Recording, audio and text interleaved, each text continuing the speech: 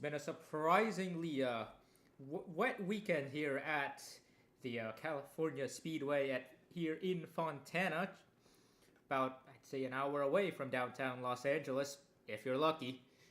As we join you tonight for the first race of this weekend's festivities, it's the AWSCO Snapdragon Continental Series, Wise Power 300 at California. 150 laps around this 2 mile. I'd say. I guess it's a super speedway. It is over 2 mile. It is 2 miles. It's over the usual, but yeah, this is a 2 mile super speedway. Very rough surface here at California, as is tradition. And I'm joined here with Asher in the studio for the pre-race show. Hello, Asher. Hello there. Yeah, it has certainly been a lot wetter than I think most of us were expecting, but I think that we're happy that we're finally going to see some cars out on track. We obviously practice and qualifying were pretty heavily delayed, but we are running on schedule, and I think the weather hopefully should stay nice and dry for our drivers in the race. Yeah, I mean, the weather hasn't been entirely favorable, I think, but I think that's just a symptom of running so close to the actual NASCAR circuit. My bad. That's a certified rain moment and a half there. But yeah, we did. We were able to get everyone's sessions together. Both Cup and Continental were able to run their practice and qualifying, and so didn't have to set the field via points as we would have to do if qualifying was in fact rained out, which I think was a relief for a couple of drivers, and especially one that we'll talk about when we talk about the starting grid. But yeah, as I said before, California is definitely a rough surface of a track. You get very bumpy around this place. And what do you expect the drivers are going to be handling this track, especially in the long run? I think. How much of a challenge do you think that'll pose? It'll definitely pose a challenge later in the run, as you said. It's a very rough, very old surface. Tires are not necessarily going to be the biggest fans of them as we get longer on, but if you compare it to a track like older Atlanta, say, it is definitely a lot wider, which I think does help with, keeping at least the cars off each other a bit more. But we are definitely going to see, I think, cars sliding around a bit more as the run wears on if we do see a long green flag run.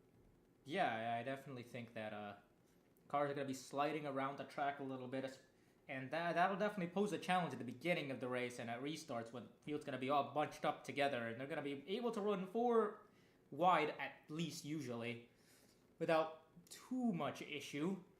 Although if we start getting anything more than that, then we'll definitely start seeing some shenanigans, I think, at that point. But yeah, I No, think this yeah. kind of this kind of racing is going to be very fun on the short run and in the long run. I think you're going to see a lot of cars a lot of cars kind of show their pace as the runs go on. This track isn't that far off from Las Vegas in that sense, in terms of the long run pace really mattering. I wonder what kind of effect that'll have on some of these teams, especially the ones that did really well at in last week's race. I think that, yeah, there are definitely some similarities between California and Las Vegas, but at the end of the day, it is a different track. I think that some of the teams, obviously, that have good intermediate packages are going to do well here, especially as we've been saying with tire wear. A strong chassis is definitely going to be important. But yeah, I think that some of the teams that did well at Vegas are or could see some good runs here. Yeah, I definitely think so. There's a couple of teams that I'm putting to mind right now, but of course, coming off of the race at Las Vegas, it's Isabella Fitzmaurice of oh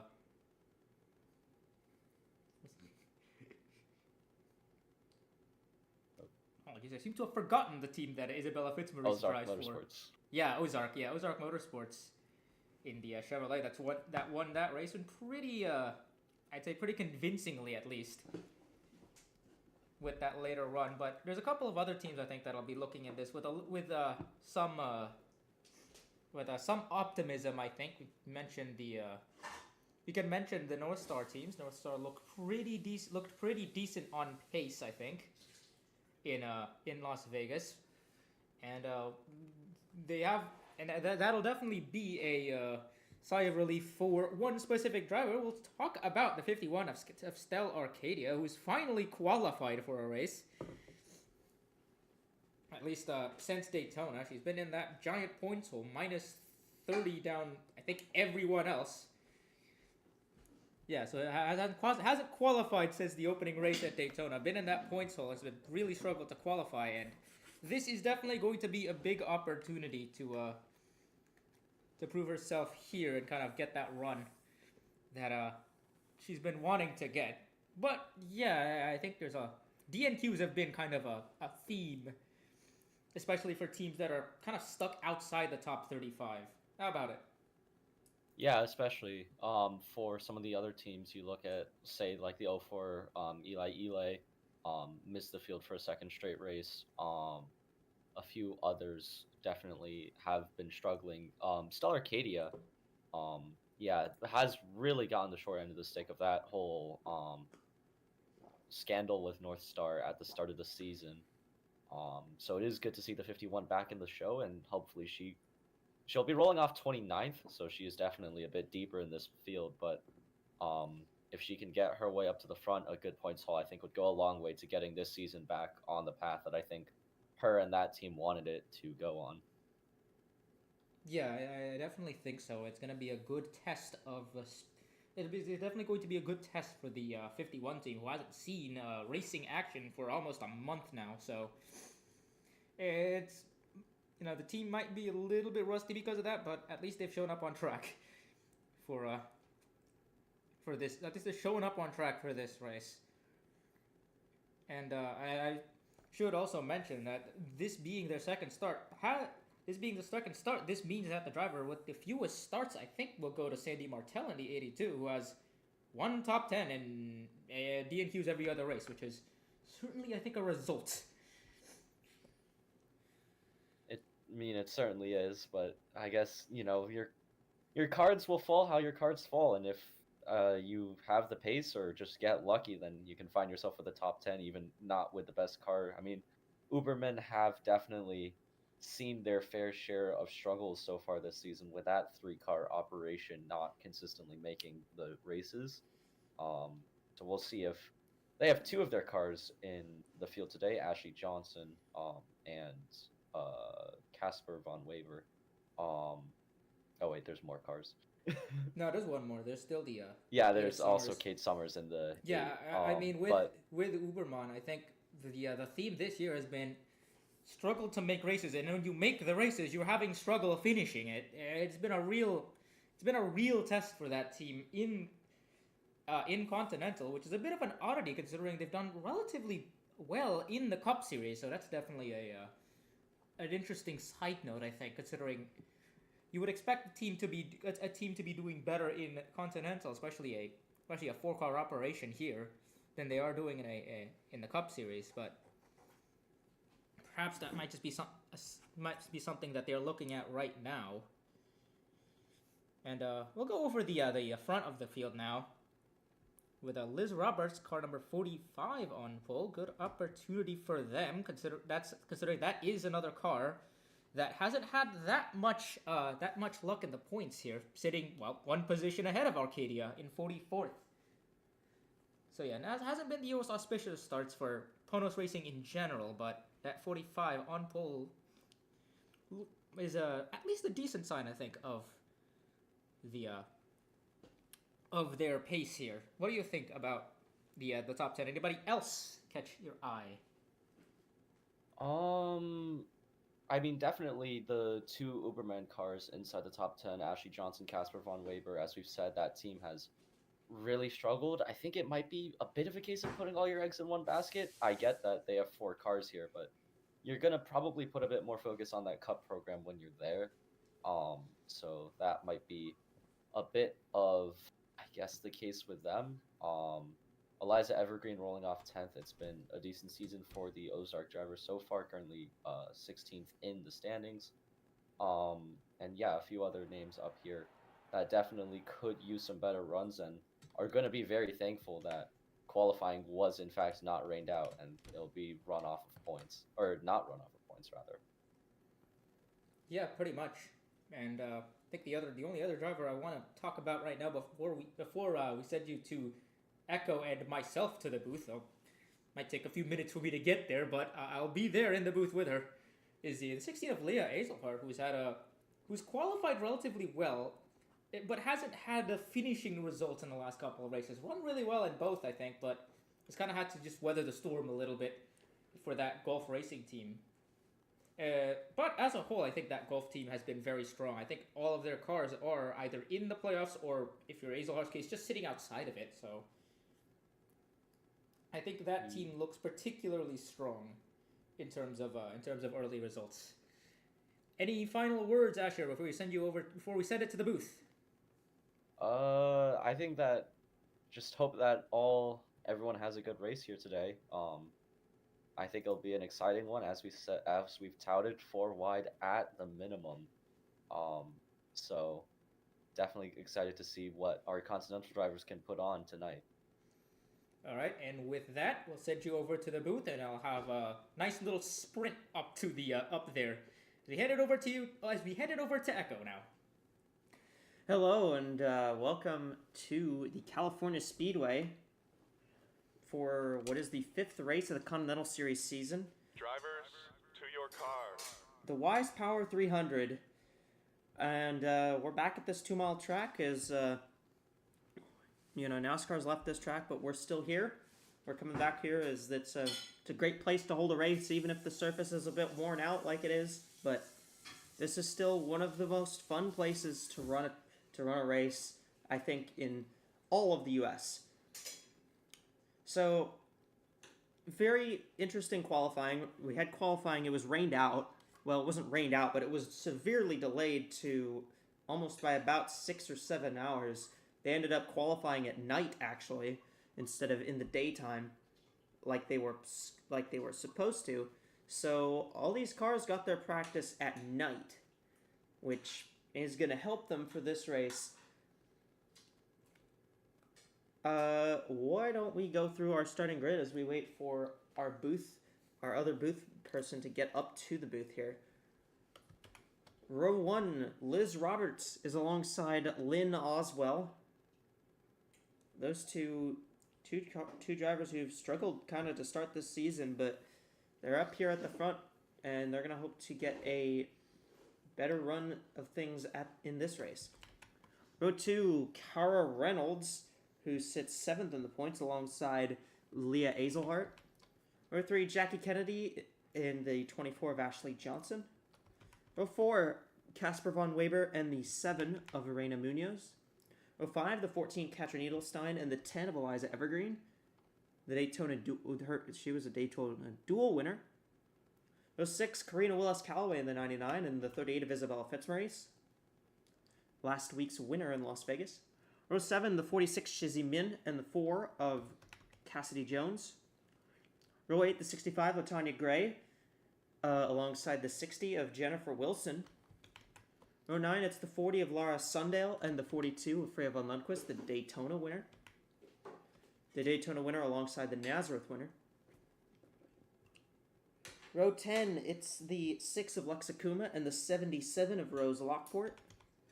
Row 11, the 55, Deborah Williams and the 64 of Mayumi Moriyama. Row 12 is the 8 of Vinnie Schultz, or the 8 of Kate Summers, alongside the 62 of Vinnie Schultz. Row 13, the 25, Kathy Ableton Perez and the 0 of Hieda Yoko. Row 14, the 59, Abby Buchanan and the 11 of Takamoto Aya. Row 15 is the 51, Stella Arcadia and the 2 of Rachel Ramos. Row 16 is the 44, Lulu Kani and the 5 of Zoe Quinton. Row 17, it's the 15 of Isabella Smith and the 66 of Jet Brackett. Row 18, the 81, Alice Hageman and the 31 of Laurie Ramirez. And in row 19, the 54 of Brenda Davis and the 93 of Izzy Oberman. So I'm joined by Rasha up here in the booth. You made it up here. Good evening. I'm slightly out of breath here after having to run up to the booth. very quickly from the studio here. I'll be here for the rest of the race, but I think I'll be doing a bit more studio level stuff later on. But that's besides the point. Great to be here with the booth with you for the race. So I think this will be a pretty exciting one, especially at the start here. We're gonna have a lot of cars just fanning out, and it'll be a lot of good action early on, I think. Yeah, absolutely. And I think I touched on this a little bit while you were running up here, but these cars they practice at night, which is not something that they were scheduled to do. So because the practice session was supposed to be in the day, but it got delayed because of the rain that hit the track yesterday, and so they've done all their practicing at night. They've gotten all their setups adjusted to the nighttime weather. How do you think that's going to affect? How do you think that's going to affect them here? Yeah, I think that's definitely going to affect them because they weren't able to practice in the same conditions that I think they would have expected to be in practice, expected to be in the race. I mean, we see this a lot in F1, I think, with a lot where sometimes you get a day practice for a night race, and you have teams there not really kind of take too much of a chance to bring the car up because they know that the results they're getting out on track at that point are going to be reflective of the pace they have in the race. I wonder if some teams were taking that into mind and just kind of making sure that they were setting up their car for the time this race would take place in, as opposed to the time of day that they had practice in. So we'll see. We might have cars moving up and down the field here as we might have some big setup variations among the drivers and teams. Command has been given to the drivers, so everyone's going to roll off here. It'll be the 45 and the 96 who head up the front row. Here from the California Speedway. 150 laps will make up this one. It's a 300-mile race, but it doesn't feel like it when you go 150 at a track like this, but... Yeah, it's a pretty fast track, and you can expect those 150 laps to kind of just breeze by, so we don't get that many, too many incidents. Yeah. These cars race really tough with each other, though. Yeah, it's kind of been a theme. Off. Pace car's off. Green flag is out. Here we go. We're racing at California Speedway. Couple cars fanning out already. That's the 84 of Von Weber. Looking to the inside.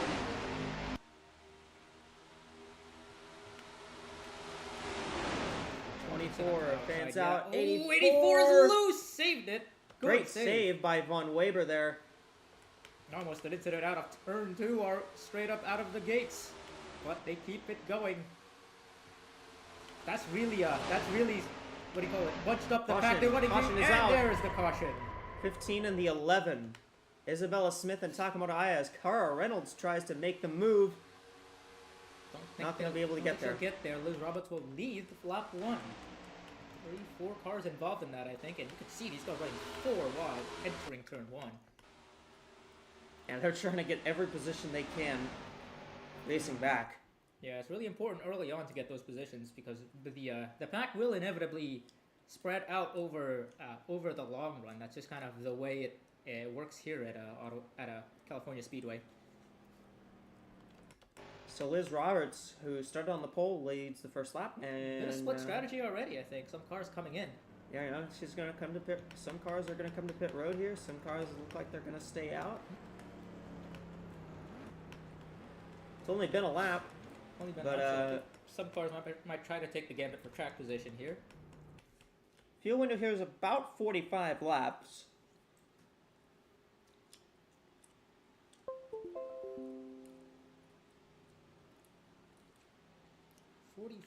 Forty-five is even not quite. Yeah, it's gonna be what, a 2-3 stop race? 3 stopper, yeah. Yeah. This isn't gonna make too much of a difference right now, but maybe a couple cars are coming in early on just to make some setup changes. Yeah, obviously. A lot of cars at the back, yeah. Even cars that aren't damaged are coming in to get some service. A couple cars are gonna stay out to kind of get that track position that we talked about earlier. Yeah, and so that'll leave Cara Reynolds in the 95 car as the leader here. So, interesting start to this one. Only made it a lap, but Made it almost a lap. yeah.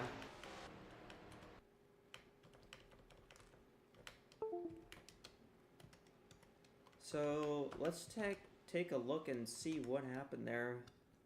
We saw Aya and the 15 of Isabella Smith, I think. Yeah, it was the 11 and the 15. Plus a couple other cars. They're running in the midfield here. Kind of the lower midfield. Oh, the 11 gets punted by the 2.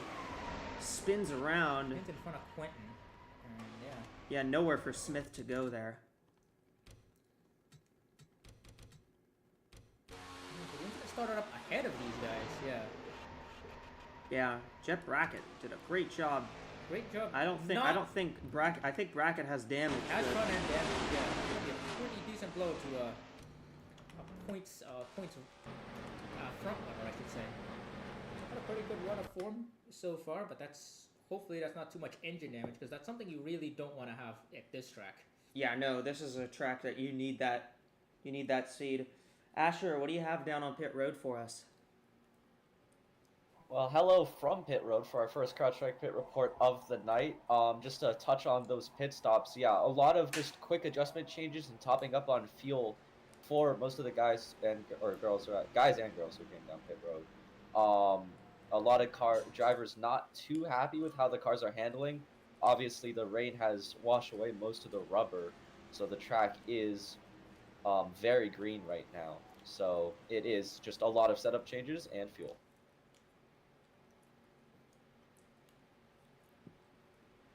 All right, well, good thing to note about that.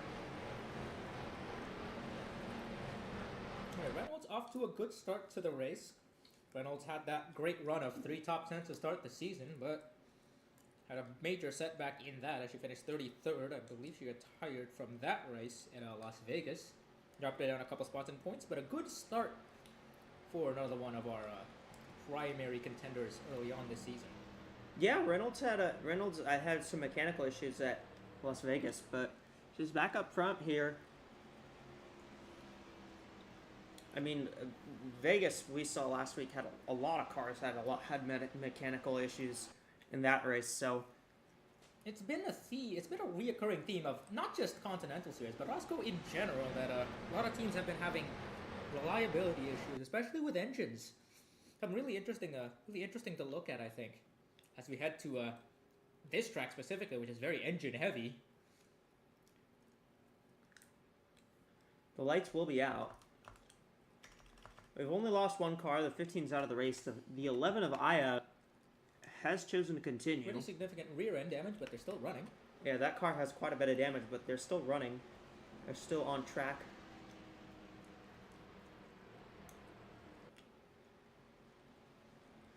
So it's Reynolds, Kennedy, Johnson, Dieselhart, Von Weber, Willis Callaway, Gray, Akuma, Fitzmaurice, and Williams that make up the top 10. Those are cars that stayed out. Yeah, The 45 won the race out of pit road. She's in 17th That's right not now. bad. Yeah, it's about a little less than 50-50. A few more cars, I think. Yeah, a few in more there. cars pitted. Because there's 38 cars in the field, so that would mean halfway is 19. 19th, right? Yeah, 19th. Yeah.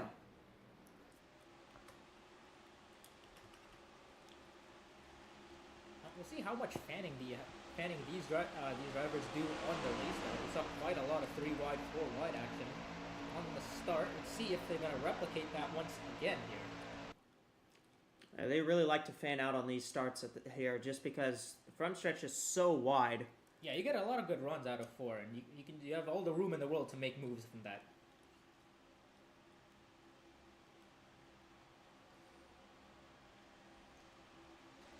Here we go. The green flag is back out. We're racing once again here in California. Great jump by the top 224, laying back a bit. That's might lead to the 16 and 84. See, single fell into one though. Pretty stable start. They're not gonna exit. Ooh, Oh, never mind. One. Schultz, Wilson, Arcadia, Cassidy Jones is in it. Oh, the 64. Oh, they're wrecking again. More cars entering 3. Someone spun up the track. I think that's Kate Summers. Oh, watch the 81. Hageman. Yeah, that's a big one right there. Lulu Lots of Connie's in cars it. involved.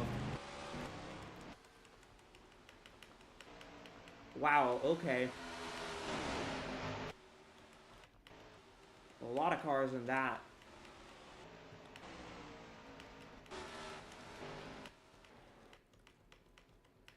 Looks like our pole sitter got through it though.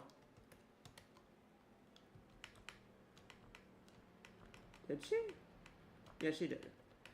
I believe so, and that's... Yeah, that track position game, it worked quite well for these cars up front. Yeah, Most of them- now they're most all of gonna them- pit. Yeah, most of them went through without any issues.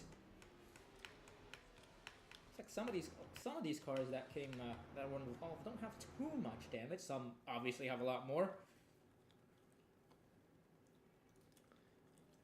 Now we'll have to see what happened there, but that was I believe the 4 of Cassidy Jones that spun up. That's another car that's way up high in points. Yeah.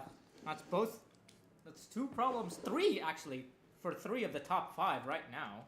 15 is out, 4 was involved, and the 66 was involved in an incident. And the 64, I believe, was involved in 64 was in the this middle of one that. as well. Yeah. Yeah, 64 was definitely in the middle of that. Got a bit of a hit. Well, compared to the other 3, that looks rather merciful on that car. Let's see who elects to continue from this race. There's going to be quite a few retirements here, I think. Yeah, I think that, yeah. 12 12 car wins. wins the race out. 99 as well. 24, 99, 96. It looks like Davis is out. Jones, Summers, and Wilson are all out. That's more incidents for the 8 of Kate Summers. Been a wreck magnet most of the early season. And I can't exactly fault her. Has to be very frustrating for some of these drivers to have been involved in yet another incident. We'll see the replay of what happened here. There's the initial wreck, and there's the We saw the 8. initial wreck. What happened to the 8? Does the 8 just check up? I think so, and it was run over by somebody. Oh, that was a 45. The 45 checked up, and the 8 just had no time to slow up herself. Yeah, the 45 just drove up to the 8 trying to avoid the accident, and there's the 10 and 81 getting dumped by the 10 just in that chaos. And the 81 had already plowed into the back of the 31 as well. Yeah. The 10 seemingly made it through, but the 81 was just kind of in the way there.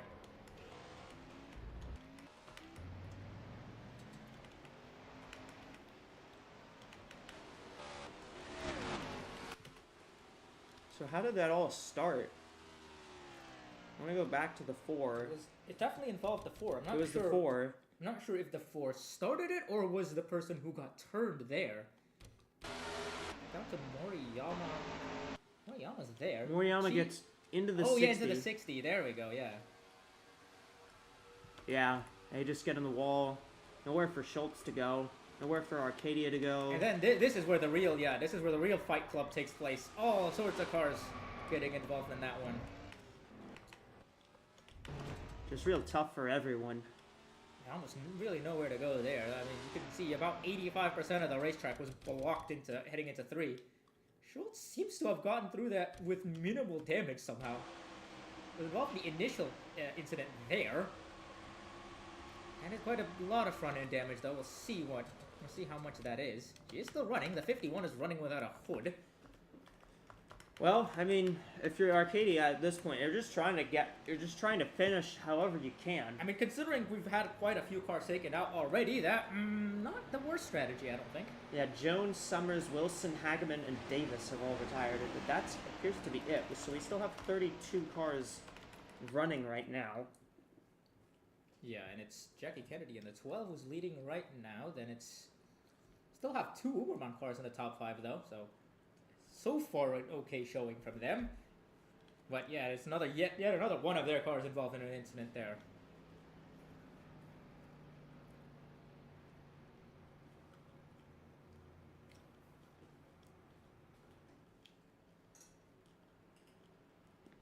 And it appears that the lights are out on the pace car, so we're gonna go back to green once more.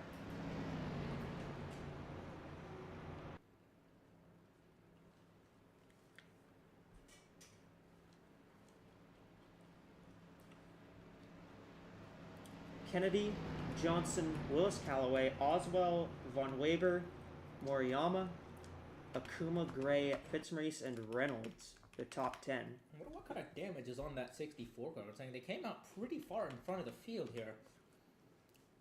Yeah, they might have just not bothered. Yeah, they might have just not bothered. It might not be That big car enough might to be a just not be significant. damaged. Yeah. In which case, that would be a very lucky break for that team. Yeah.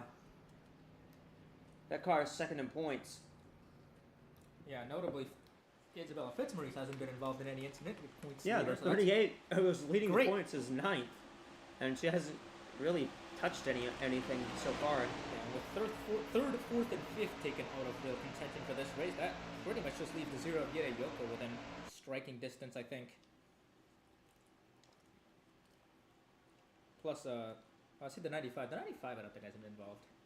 Yeah, The the 81 95 has been involved. Yeah. And so with the 60 and... No, the 14 hasn't, actually. I don't think Edelstein was in that. All right, the green flag is back out. Let's see if we can make it more than 2 corners. Preferably exiting 4 without someone wrecking.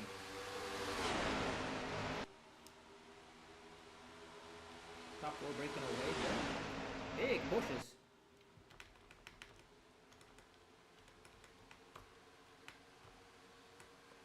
We're good through turn 2 there, so Entering 3.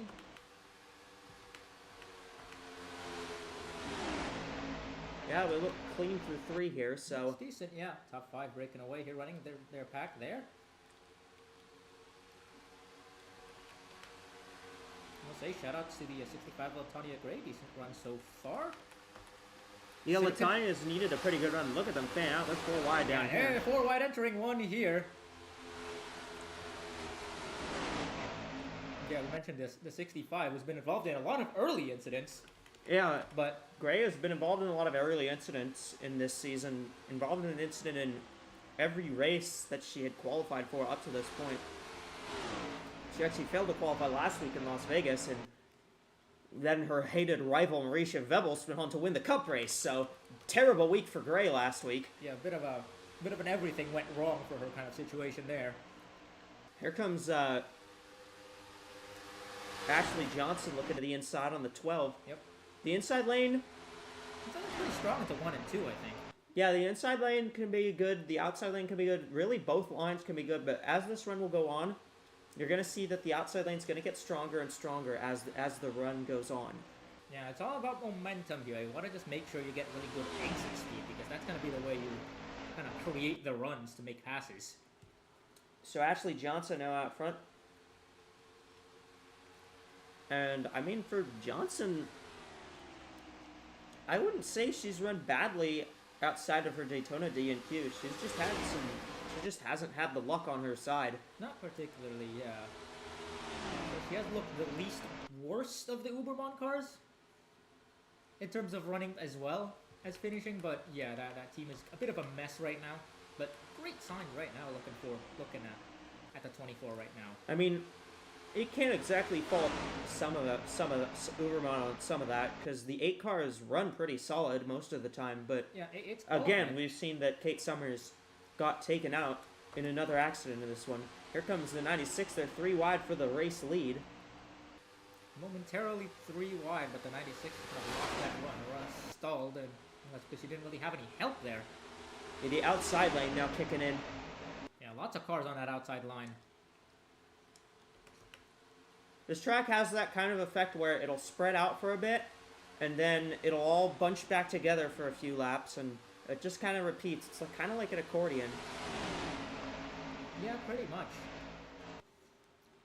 You'll see cars fan out away, and then they kind of get dragged back in by the draft here. Yeah.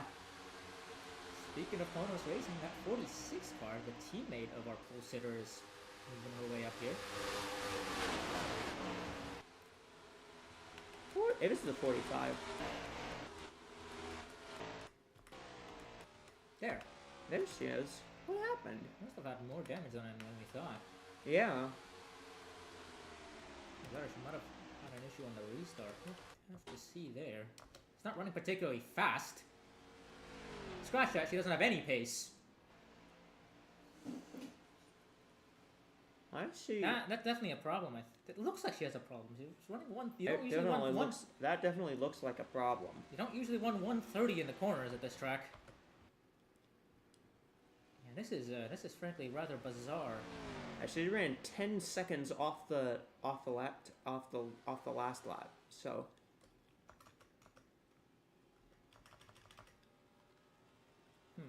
This is confounding. I wonder if maybe she got spun and there wasn't a caution, or Potentially that might have been the issue. We'll see. no, that car is really that car's slow. really no. They're still running 130s on the. They're gonna get lapped within a couple of laps at that pace. Well, we've had a lead change. The 99 Korean Willis Callaway. That honestly might be an exception to the minimum speed rule. I was gonna mention that we formally don't have a minimum speed rule, but that might be an exception to this. If they're running 9 seconds behind the pack, that definitely. I think it's just black. Yeah, we just need to get her out of the way for this lap, but that is not something I've seen before. So, what do you got for us down there, Asher? So I was talking with the 45 Panos crew, hurried my way down there, seeing the 45 definitely an ailing car right now. They don't really seem to know what's necessarily wrong with it either. Liz Roberts has definitely said that something feels like it is broken. The car is definitely well off the pace, and here come the leaders now to lap the 45 this day, going very awry for that 45 team. She pulls down low. She's going to come to pit road to serve her black flag. But yeah, I think we can use this opportunity to actually look at our NordVPN fastest lap. Actually, Yeah, right now the 42 of Freyvon Lundqvist has that. Remember, that's a bonus point to the championship. Those lap times are going to be very much dependent on the runs they get out of the. Yep. So it's probably going to go to somebody who's in like that middle of the pack on a relatively early on in the run. The 99 Karina Willis Callaway is the race leader. She took the lead while we were watching the 45 there, so sorry guys, it's my bad. We didn't see the lead change.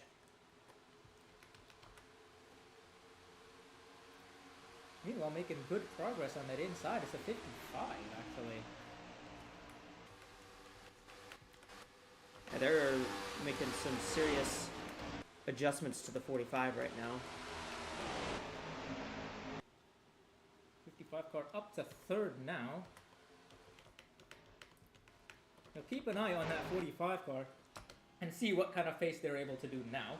They are running a little bit faster and they're on the apron, so we'll see. S51 of Stella Arcadia just running her own race here, getting as many points as possible. I mean, she's in the top back 30. in 29th. She is in the top 30, which is it's something.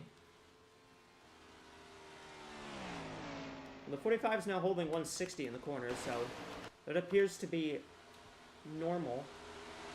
Might have just been something wrong with the tires. It might have just been that the tires were shot from. Maybe she spun or something, or maybe she flat spotted the tires. Here comes Johnson. Whoa, the 99 really got an checked issue. up. That's Something definitely an happened issue. to the 99. Yeah, that's definitely a problem. She's going down to the apron. She's gonna have to come down to pit road for that. Yeah, we'll see. We'll see what happens there, but It's gonna give the lead back to Ashley Johnson. yeah, that's gonna give the lead to the 12, and the caution is Caution. out. I think there's been wow. some sort of spin down the back. I think the 99 checked up the field. Checked up the field. Yeah, not sure if it was related to that, but definitely a stroke of good luck for the for Karina Willis Callaway there. Asher, what's up? You got an update on the 99? Yeah, I actually do. They're saying it's a tire down on the 99. I'm wondering if they might have run over some debris left over from our earlier incidents. But on the caution, I think I saw the 31 slow So I'm wondering if they might have looped it on the back straightaway to bring out our caution, Lori Ramirez. The 99 Willis Callaway is going to get back out on track. Ironically, this caution is going to be timed really well because the 99 is going to come in. They're going to change 4 tires. And that car is actually going to be able to, I believe she's going to stay out, and I think she'll end up cycling back onto the lead lap. I think she'll end up cycling back to the lead because of that. Whoa, we had contact coming down pit road. All right, well here comes everybody down pit road.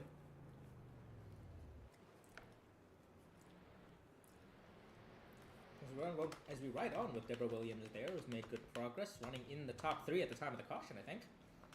Free pass car will be the 45. And 45 will get one of their laps back and be just 1 lap down here after the pits. Somebody stayed out. I saw somebody Yeah, I saw somebody lapping stay the out track. as well. Oh, that's the 99. No, that's the 99. Okay, that's So I think that means the 99 is going to be on the lead, going to be the leader. Yep. 45 will get out in front of. Yeah, the 45 already took tires on that contact out of- last. The 45 took tires when they got black flagged, so. Yeah. So the need to change tires there. We saw a bit of contact between, I think, the 14 and 96. Very aggressive on the exit of pit road there.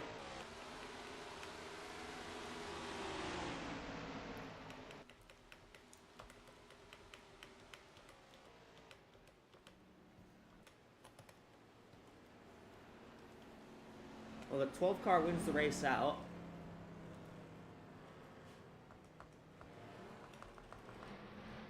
I believe the 99 is going to be scored as the leader. So, very good timing.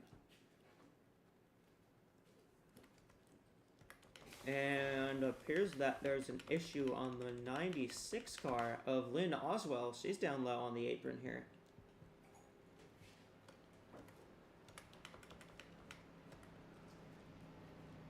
I thought I saw her banging wheels with the 14, so I wonder if that's related to that on exit. 45 will get waved around when she feels like it. Asher, you have anything on the 96? Yeah, it's another tire. It's tire down on the 96. So that's already 2 on the race because Karina Willis Callaway, of course, just had her tire go down. But that's something interesting to keep in mind. I'm wondering if there's, as I maybe theorized earlier, some debris still left over on the track. Or as you guys were saying in the pit, maybe it's related to the contact made off of pit road. But something has gone wrong with one of the 4 tires on the 96, and they're going to need to come back down to address that. Wonder if maybe that contact knocked a valve stem off. Potentially so, yes. 31 was slow. Yeah. That the caution? Oh, that was in fact the caution. Yes. Yeah, this was a completely unrelated incident for the 91. So. Oh yeah. This was an entirely different pack. The 10 car gets into the 31, into the 2, and they both looped it. Well, yeah. The 2 kept it going. The 31 came to a stop, but Otherwise, still kept it going. Okay, yeah. So for Lynn Oswell, she's gonna come back down pit road and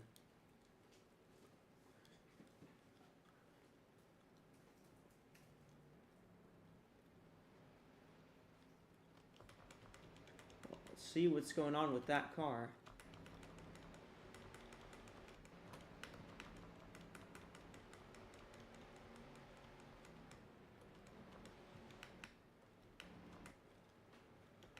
Lights are on the pace car, so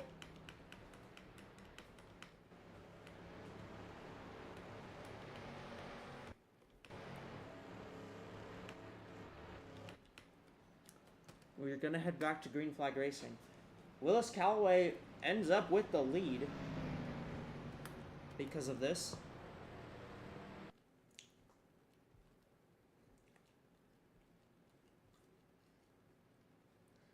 Willis Callaway, Kennedy, Williams, Min, Akuma, Gray, Edelstein, Johnson, Von Lundquist, and Oberman the top 10.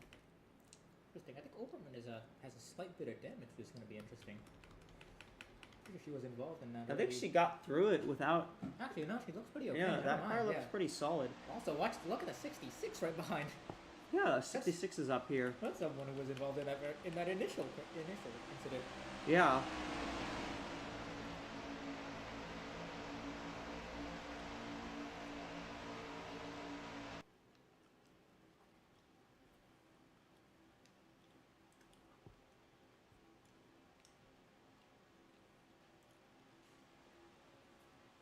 Okay, pace car's off, so we're gonna go back to green here.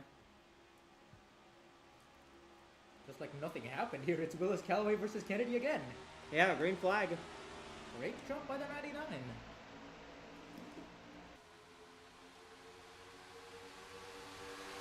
99 got such a super lucky break considering that she had that issue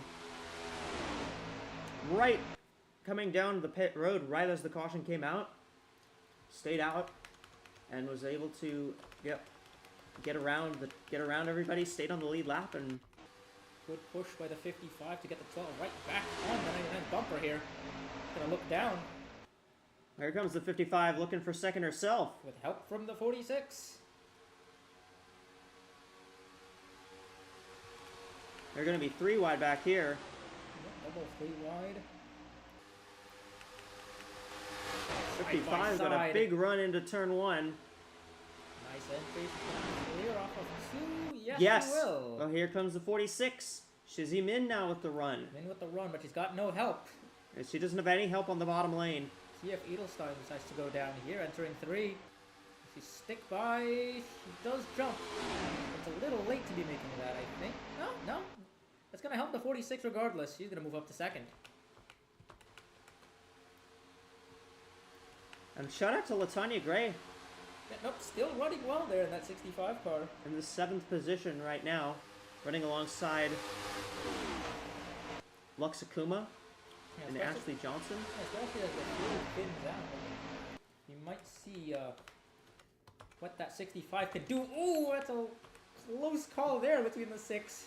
The 6 and the 65 almost made significant contact there. There's Callaway looking to the inside. Willis Callaway looking underneath the 46. 12 won't go with her. Well, I think it's going to go with nobody. 12, I think she's going to try to, I know, attempt to she send just- it 3 wide. I think she looked at 3 wide, but She was definitely thinking about it, but there just wasn't the room to do so.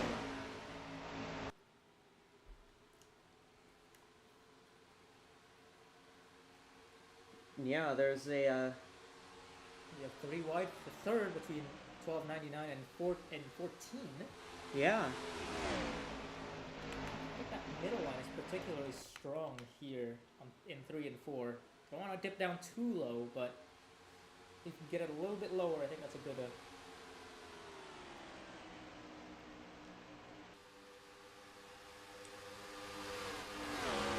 So Deborah Williams is leading the way. But Shizzy Min in the 46, I think. Yeah. Oh, ooh, Min! And contact Williams there. made contact. Almost turned by the 46.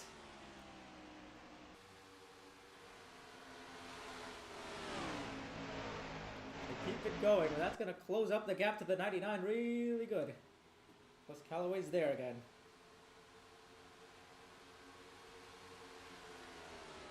And that's going to let the 99 close in. Those two made contact, and it's going to bring these two, the 99 right back in, and it's going to bring the 12 right back in as It's going well. to bring everybody back in, including the 65.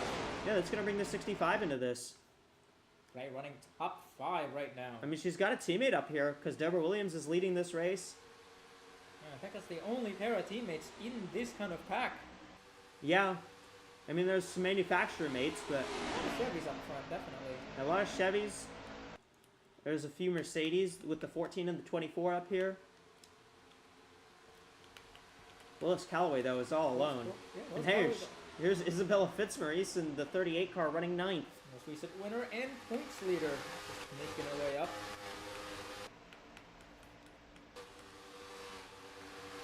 Looking at this portion of the field. To be honest, that lost a bit of top end speed there. Not sure where the 66 is. Hey, Liz Roberts not doing too shabby. I mean, she's recovered. If you get another caution, she'll be on the lead lap. Yeah, putting tires on that car. That was all they did on their stop. Oh, Oberman ran up the quarter panel of the 42 there. All they did was put tires on it on that last stop, and now they're at a solid at a competent pace with everybody else. So I wonder if something just happened with one of the tires.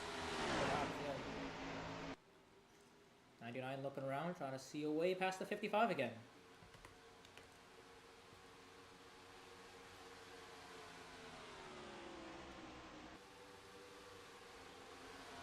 All over the back bumper of Deborah Williams here. Kind of just protect here. As the field runs mostly single file. With the exception of 65 and 38 here. Yeah, the 65 is going to get the run. Yeah, Keep that spot on the outside. The 12 looking underneath the third on the 46 of Min. Yeah, I think if you're going to get the move done in 3 and 4, I think you have to be clear as you exit the corner, because that outside line is quite powerful in the front stretch.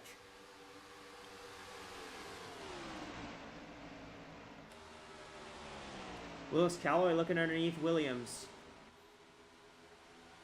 Side by side out of 4. Oh, we got a car blowing up. That, I believe, is the 16 of Hazelhart. Yes, it is. It is the 16, yes. Oh, engine trouble. Smoke coming out of that car. As we get another lead change, the 99. With help from the 12, and it's back to these two up front now. Johnson's going to follow in the 24, try to drag herself past the 55 as well. Here comes the 12 of Kennedy. Lots of lead changes, but it's been these 5 or 6 cars that have kind of just been trading the lead between them. Yeah, for now. Asher, do you have anything on Hazelhart?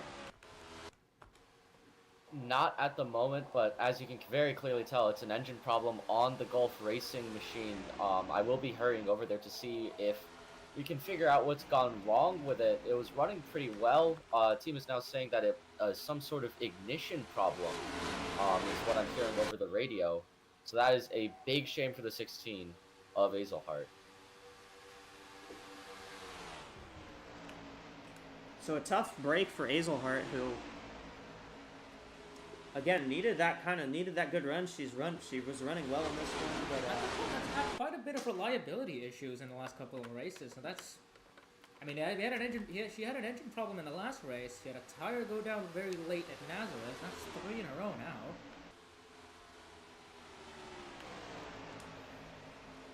just a tough week for her. Yep. Now we're seeing at the edge of the top 5, almost there, the 38 of Isabella Fitzmaurice. Yeah, Fitzmaurice has climbed way up through the field. A couple cars moving The up. 3 wide right here. A couple cars moving up and down the pack. The 42 is also moving along with her. We see the 14 and 65 move down to about the top 15. We should definitely move up and down the pack here. Absolutely. There's the Nazareth winner, Laura Sundale.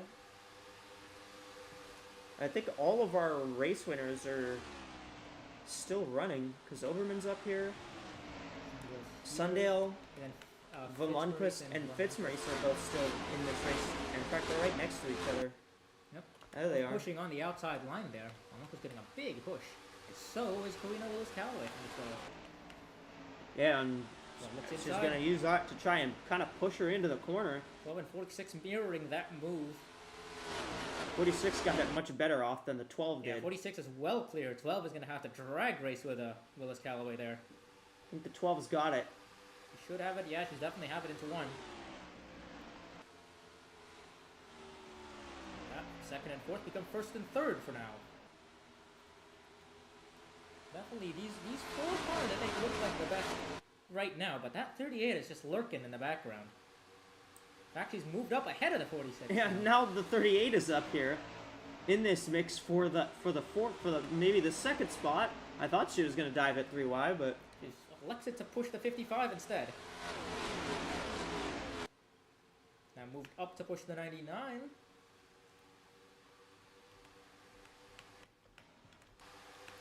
And another car has entered the top 10. It's the 25 car. Kathy Ableton Perez. Yeah, I mean, Another driver is kind of down there in points for that. yeah, she's in that North Star zone where she had the negative points to start the season off, but she finished top 5 last week at Vegas. Yeah, it seems the theme with the North Star cars is that they've been able, whenever they qualify, they've run pretty well. Yeah, they've just struggled to qualify. Those penalties that affected them in qualifying, I think, kind of shook them a little bit, and Yeah. maybe they're not pushing as hard in qualifying. Hopefully so, as we see that 25 making moves around the edge of the top 10 there. Very busy bit of track right now. Blocks of 84 of on there. Top 3 starting to break away now.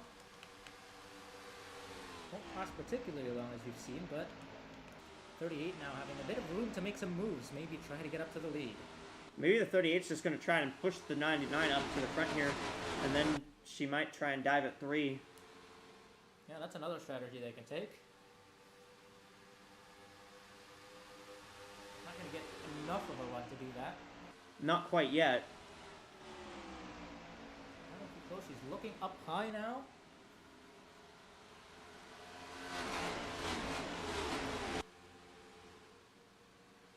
It's 2 packs of 3, I should say. Would be 3, but the 14 is currently strapping on the inside.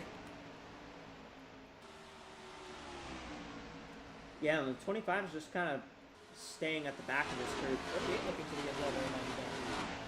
That'll be for second.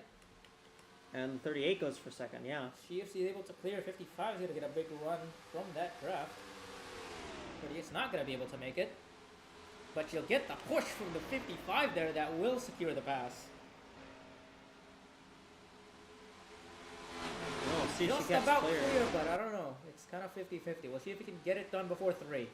So looking up, not clear yet. That 99's got a big push. Oh, the the min's in the wall. I think she got put in the wall by the 24 of yeah. Johnson. Pushed a little too hard there, entering the corner.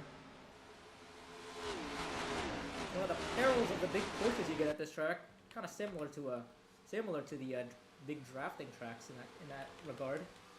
Yeah, It's kind just of too big of a push because this track, you gotta slow down for these corners. Yeah, you gotta coordinate. You gotta coordinate with your with the whoever you're pushing. They're gonna catch some lappers here. That's See the 44 the at least. 44 and the 59, Buchanan and Connie. So we're gonna deal with lap traffic for probably for the first time in this one. Yeah, this one. Connie's a driver that we haven't talked that much about just in general. I don't think. Even though she's running in the top 25 in points, so it's been a decent season, but it's kind of been more of a low-key affair for that team. 12 car is going to pass the 59 on the inside. Oh, it's going to have to duck pretty low to get past the 44 here, unless the 44 moves up. She will do that. And keep in mind the 59 is a Ford, so if the 59's blocking these cars, that could be for the 55. 38's not electing who now, I think. Not sure what they're doing there. That's going to let the 24 just kind of drive up to the inside and take 2 positions.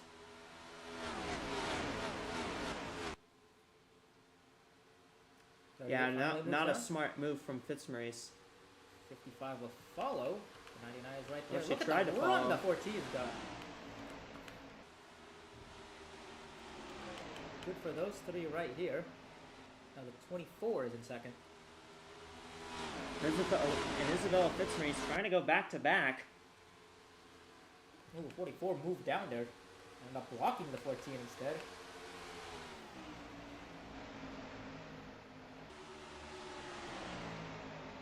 Considering these guys are coming in 2-3 wide, it's definitely becoming a bit of a complicated affair trying to get around these lap cars. Yeah, and the 12 pulled out to a pretty solid lead there because of the lap cars, and Yeah. I think the 6 and the 14 have profited from that. They're now up near the top 5. The 55 is on the still opposite. can't get by. Yeah, Edelstein's now in the top 5, and the 6 is right with And the her. 24 is all over the 12 now. Here comes Look to the Johnson, inside. She's on the bumper. giving Kennedy a big push down here into 3. He's looking. Another lap up. That's a single one. That's one car. That's the 51 of Arcadia. Oh, the 55 got sick of the 44, and the 96 spins through the infield. I'm pretty sure that'll be a caution. Spins down and just... maybe a single Yeah, the caution is out. Is the caution out? Is it? I don't think the caution is out. I think the No, they yeah, didn't. we're still on the We're green. still green. No, good. We're still no green. caution.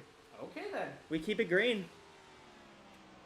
So, AWSCO officials decided that there wasn't enough of a risk there. There wasn't enough of a safety risk to throw the caution, so we stay green after that single car spin by Lynn Oswell. I mean, we've seen them gonna be pretty lax on those cautions. We saw the 65 and the 25 had an incident at Nashville that went. They didn't throw the caution flag for. They kept the race green, and It's like another one of those situations. they actually both ended up recovering from that, which 96 are gonna come in, just presumably to get a fresh set of tires after that. yeah, she spun. Top 4 with a pretty decent breakaway here as the rest of the pack will deal with the 51. 38 up to second again.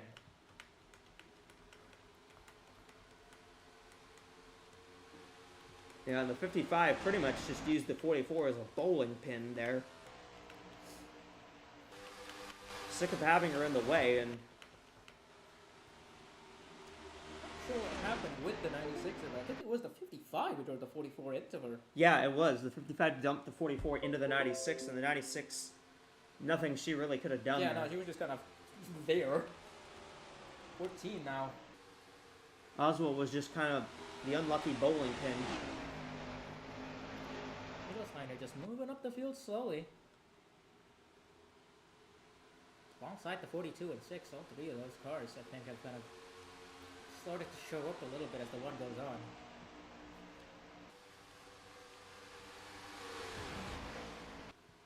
Kennedy out front, Johnson, Fitzmaurice, Willis Callaway, and Von Lundquist. I mean, 2 of the top 5 already drivers that have won a race in this series so far. The fast drivers have shown up, and they keep showing up pretty much every week. But this has been some very good racing. I've quite enjoyed how these cars have run in this one. They had a bit of some early incidents, but they've been mostly clean since, and they've run fast, and they've run pretty solid race. Very hard racing, but so far it hasn't resulted in anything too major. Yeah, I think the racing when it's been green has been quite excellent. Hard but fair racing for most of the time anyways. And if you like hard racing, well, you're going to like our next track, because we're going to Irwindale. The short track here in the LA area, that short track up in Los Angeles County. Yeah, I think that'll be Continental's first proper short track, I think. At least, Yeah, pretty much. Because Nazareth isn't really that kind of track. It's a flat track, short track. Yeah, Irwindale, that half-mile progressive banked. Another track that totally still exists. True.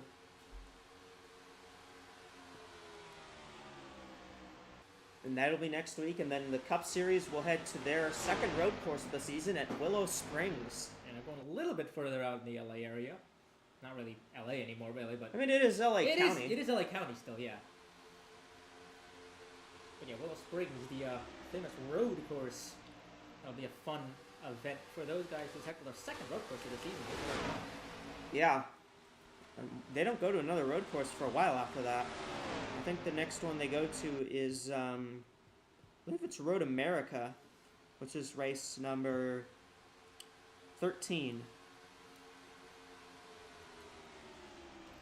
Yeah, so, you know, what do you call it? A set of road courses early on, but not going to get one for a little bit after that. I don't think they're going to have their first short track until Bristol in round 10.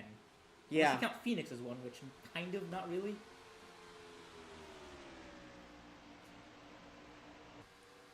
I mean, here, Phoenix is like a poor man's short track. yeah, that's kind of a fair way to put it. As we see here, the top two, 12 and 12 times 2 breaking out. Thought the 42 was going to be next.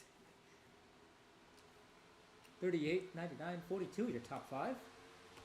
Edelstein, Sundale, Akuma Gray, Ableton Perez, the top 10. I mean, the only driver that hasn't won an AWSCO Continental race is the Oberman. And the only driver that has won a Continental race that's not sitting in the top 10 is Izzy Oberman. She's running in 17th right now.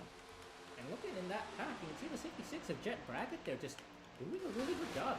Yeah. Good staunch performance for her. I thought she was going to be in a bit of a bigger pickle after that first incident, but doesn't look like the damage is too bad on that car, so they've been able to just run with the pack. So good run for that 16. As we see our teammate, I think lead the race. Yep. The 12 is in fact a Gulf Racing car.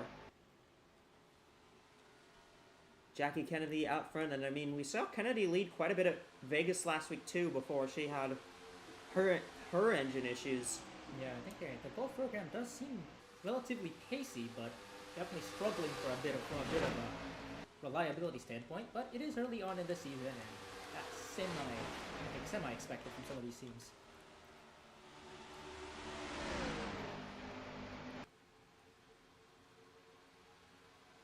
Asher, yeah, I understand you have a report on the 55?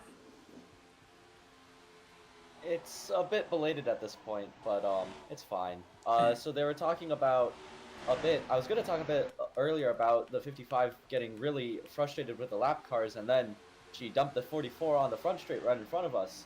So clearly some frustration in the 55 cockpit, but clearly the lap cars have cleared out for the most part. So, and the crew chief has gotten on the radio, of course. So Williams calming down in the cockpit and just trying to get that 55 back into the top 10 at the moment. Well, she's up to 12th right now. The problem Just is got past the 66, but yeah, the problem is there's a significant gap between her and the 25 and the edge of the first pack there. yeah, the 84 is the 10th place car, and The draft that's a bit is of a pretty ways. important. The draft is pretty important here, so you do want to at least stay within the line of sight. Lundqvist still maintaining the NordVPN fastest lap at the moment. They're catching another lap car. That's a 7 of Reina Munoz. Yeah, there's another one of those cars that run that big one early on. And, I mean, the other thing with Munoz is her teammate is 5th. Well, was 5th. Fifth, looking to take a couple more positions here. She's dropped to 7th now, though. Because the 40 and the 14 have gone by. I was going to say, like, maybe she might hold these cars up to try and help the 42 get back in to this, but that seems like a little bit of a far shot right now. 38 looking to the inside.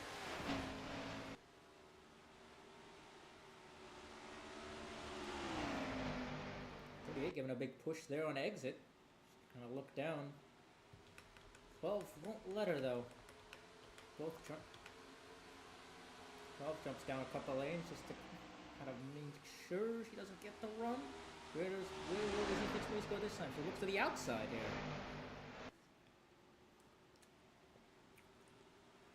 Look to the outside, couldn't get the momentum. Now I think she's going to try and pull to the inside.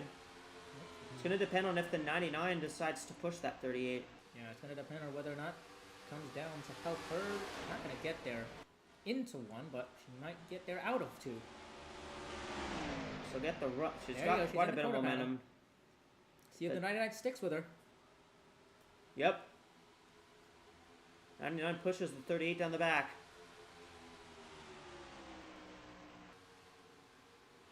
Will the 99 try and make her own move, or will she stick with the 38? I think she's going to stick with the 38. Not going to be able to clear out of 4. We'll see what the 12 can do here. 99 still sticks with the 38. Good teamwork from these Fixmace two. has the lead. She's going to move up now to block, or will she just continue on? 99 trying to move to the inside there. 99 looked low, but 38 just kept going. 38 just sticking to that inside line. I wonder if the 38 just wants the help from the 99. Potentially, yeah. Oh, the 99 big gets push. into Oh, her! they're all in the wall. Caution's out. Racing for the Oh, lead. The 7 7. of Munoz. Munoz got into that. See if anybody else. I think everyone else will be good. Wow. And we mentioned the pushes here, but that's exactly what can happen if they go wrong. And with that, Ashley Johnson takes the lead. Well, I'm surprised that didn't result in more carnage.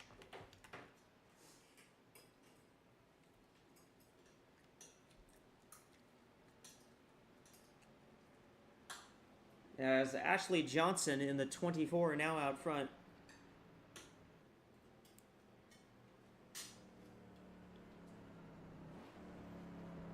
And everyone will come to pit road once again. Yeah, this will be a good time for cars to come in. I'm not sure how many laps of fuel they had before the caution. I believe about 40-some, 45. So the free pass car Be the 96. will be the 96 of Oswell.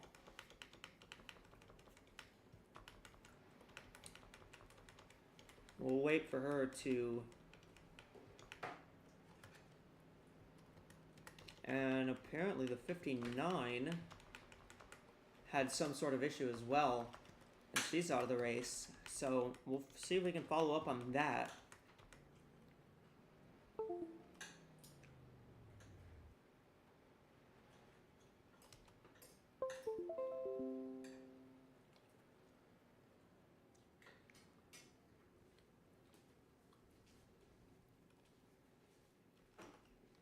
Fitzmaurice retired, so is Kennedy, so is Munoz. And well, that time it was just pure bad luck for the 12. I don't think she was caught. She was mostly just caught up in that big push. Yeah. I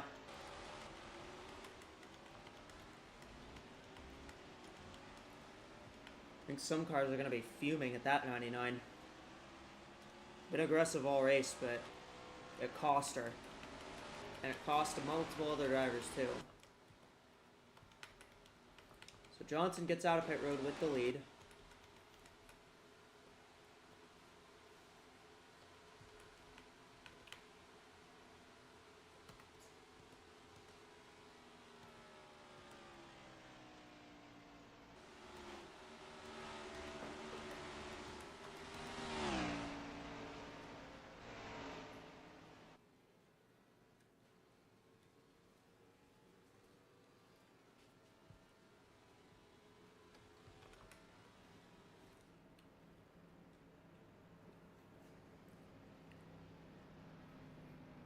The 45 is ahead. Is that on the tail end of one lap down? Tail end of the lead lap, I believe. Oh, okay. Yeah. Oh yeah, the 45 is back on the lead lap. Oh, no, that is tail end of one lap down.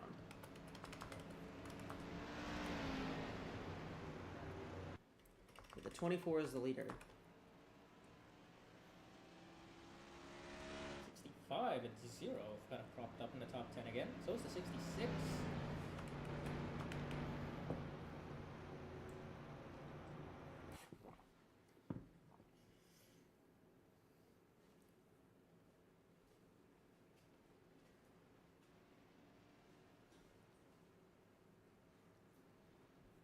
So yeah, well, let's go back and see what happened there.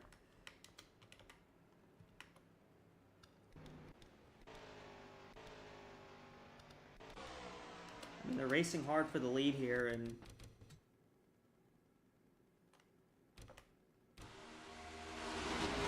Karina's giving the 38 a push. Karina gets to the 38, gives her the push here, tries to cut down in the corner, and just taps the 38.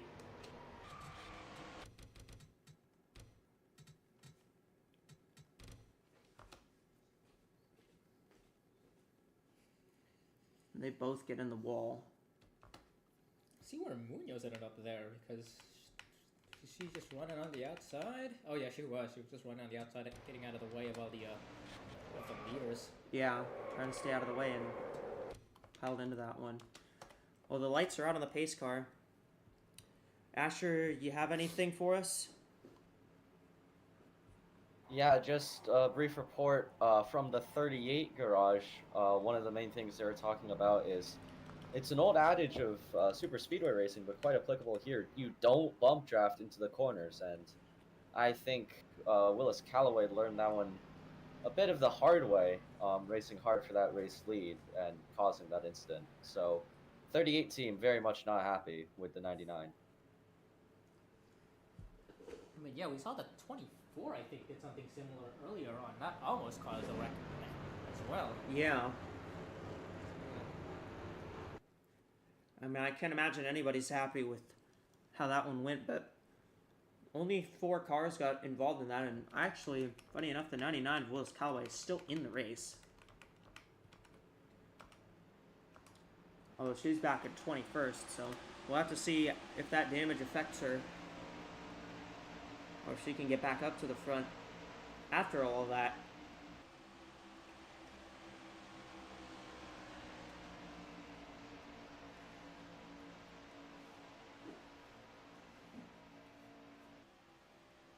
So, pace car will be off.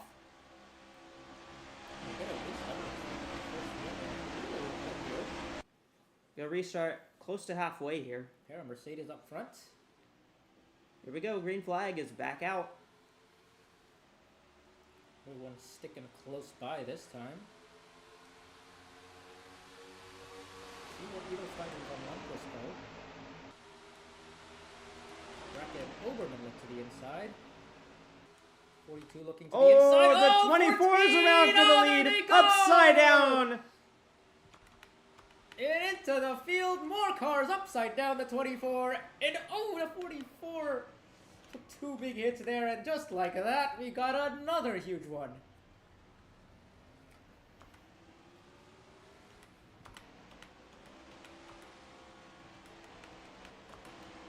Wow. 66 car had the lead at the line.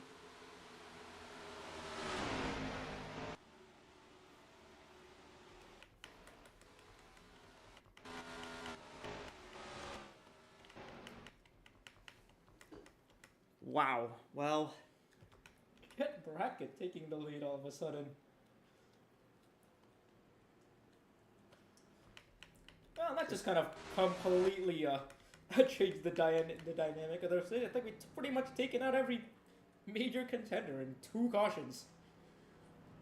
93, 14, 65 coming in. The 99 has damage. The 11, the 10 of Evergreen, the 42 we saw a bounce up from the wall. 45 of Roberts.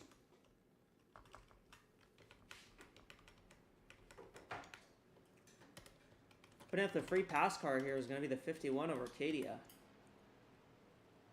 So she'll get back on the lead lap.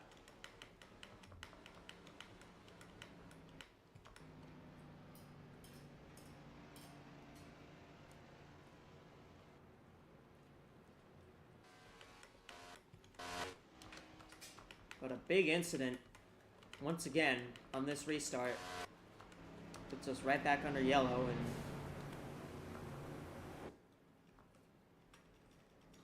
I don't really know what to say about that one. 65 is going to be back out.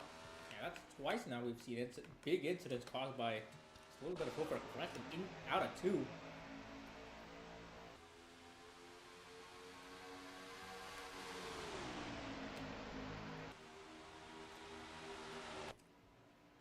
A lot of big pushes by the 42 and 14. This is fine, and 14. then this is not.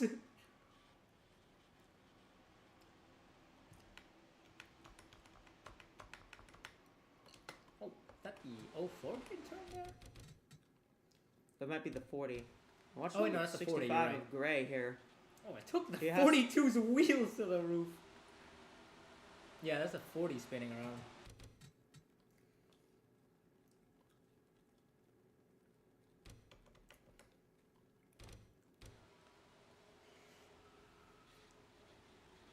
24 just picks up on the wall and just slides down the track here. What's the 96 get through that? You might have to go on board with that with her. Right in the middle of this.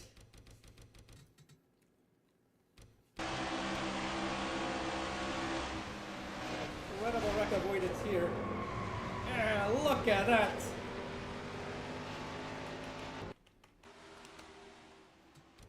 A great job by Oswald to get through that. And this race has kind of been flipped on its head now. I have no idea where and what is going to happen now.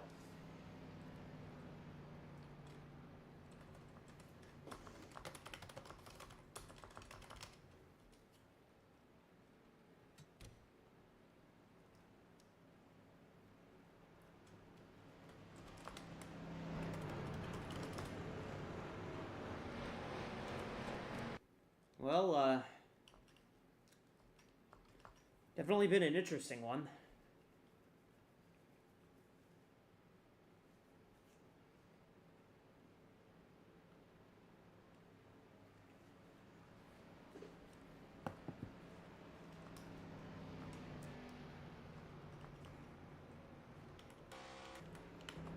Hey, the 24 is still running. She slid on her roof that whole time down the back, and looks like they picked it up, got it. That thing was still running somehow, so the 24 is going to try to finish this race, apparently. Well, if they are doing that, it's going to be quite an incredible performance.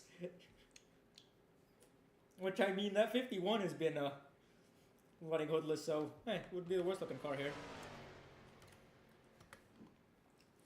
Asher, what's up? Yeah, it's just touching on that 24 car. I mean, they got it righted and it was still running, so they figured, I mean, we already don't have many cars left in this one. So might as well just ride it out, see if they can catch maybe another incident or two, and as long as they stay somewhat competitive, they should be able to pick up some decent points out of this. So, I mean, good effort for them for getting that car back in condition to get it even back in this race, and we'll see where the 24 can go from there.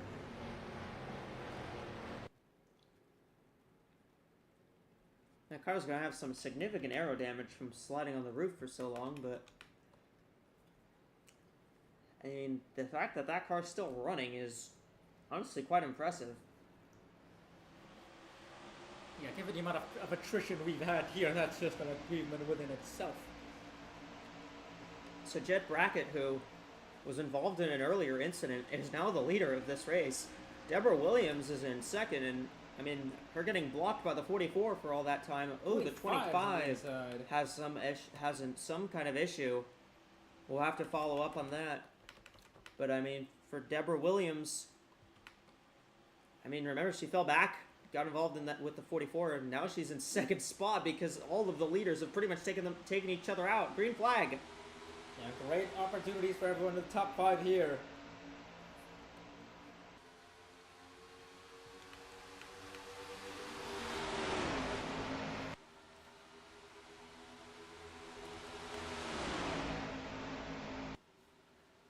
Let's just try and be careful here. 66 and 55 made contact. Williams aggressive again. Define careful. Because I don't know if they understand that. Whoa! Everywhere! Ooh, look at a bit of sideways there. 31 is getting shoved out of the way by the 96.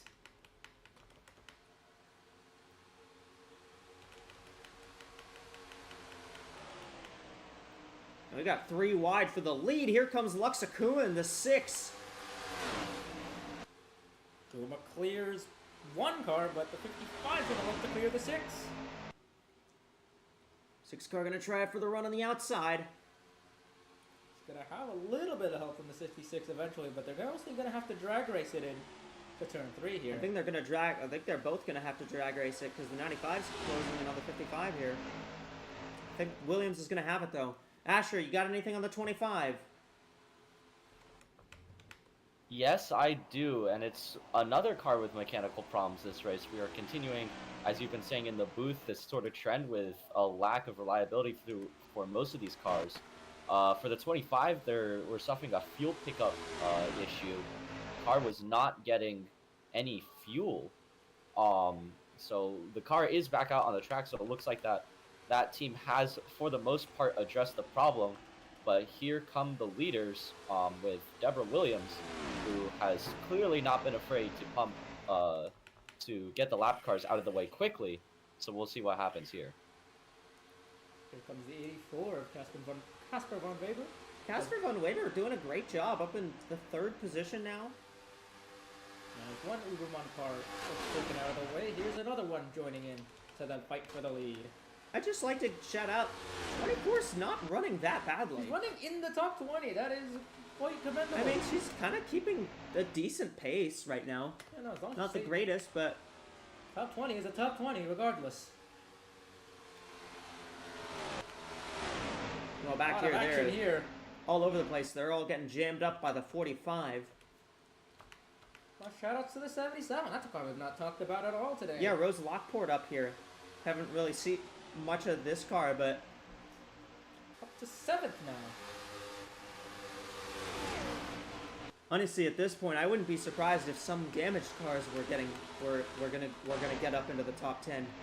I mean, Edelstein is still here. Gray is still running. Those two are still in there and thereabouts. Aya's still here. The 11's still up here. The 11's definitely not up to pace, Not but but she's running top 15. running top 15 pretty much on attrition alone. We've reached the halfway point. We reached it at lap 75. It's Deborah Williams out front. Lux Akuma is second. Jet Brackett is third, although that's a 3-wide battle back here between these 3 cars. With Von Weber and Reynolds. Zoe Quinn, Hirayoko, Rose Lockport, Lynn Oswell, and Rachel Ramos was the last car in the top 10 last time they crossed the line. The 93, however, was taking that spot away from her. Interesting as well to note, the 2 car also was involved in an incident.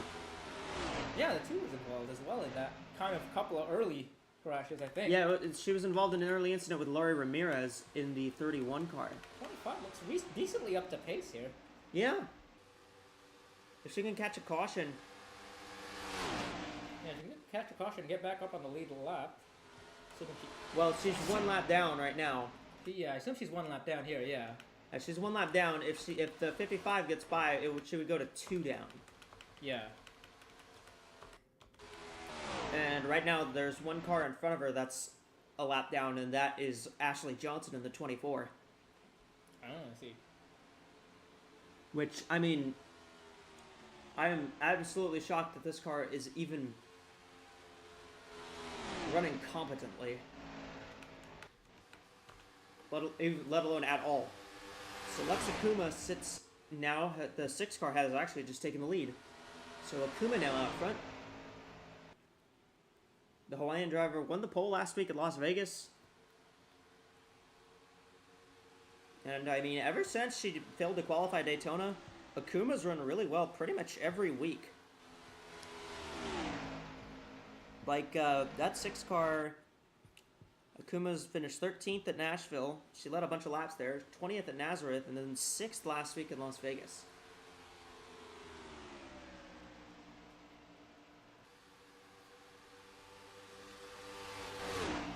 So, I mean, this team's been strong despite the Daytona issues they had.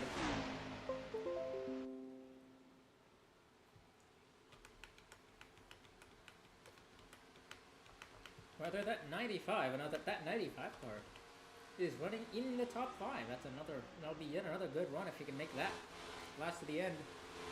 Yeah. If she stays in the top 5, this would be oddly enough her first top 5, which is a bit of a strange occurrence given how well she's run this season. And I feel like we could see a big change for how the top of the points look, because the 38's out, the 64 is out, the 15 is out, the 4 is out. And the 66 has damage and is way back here.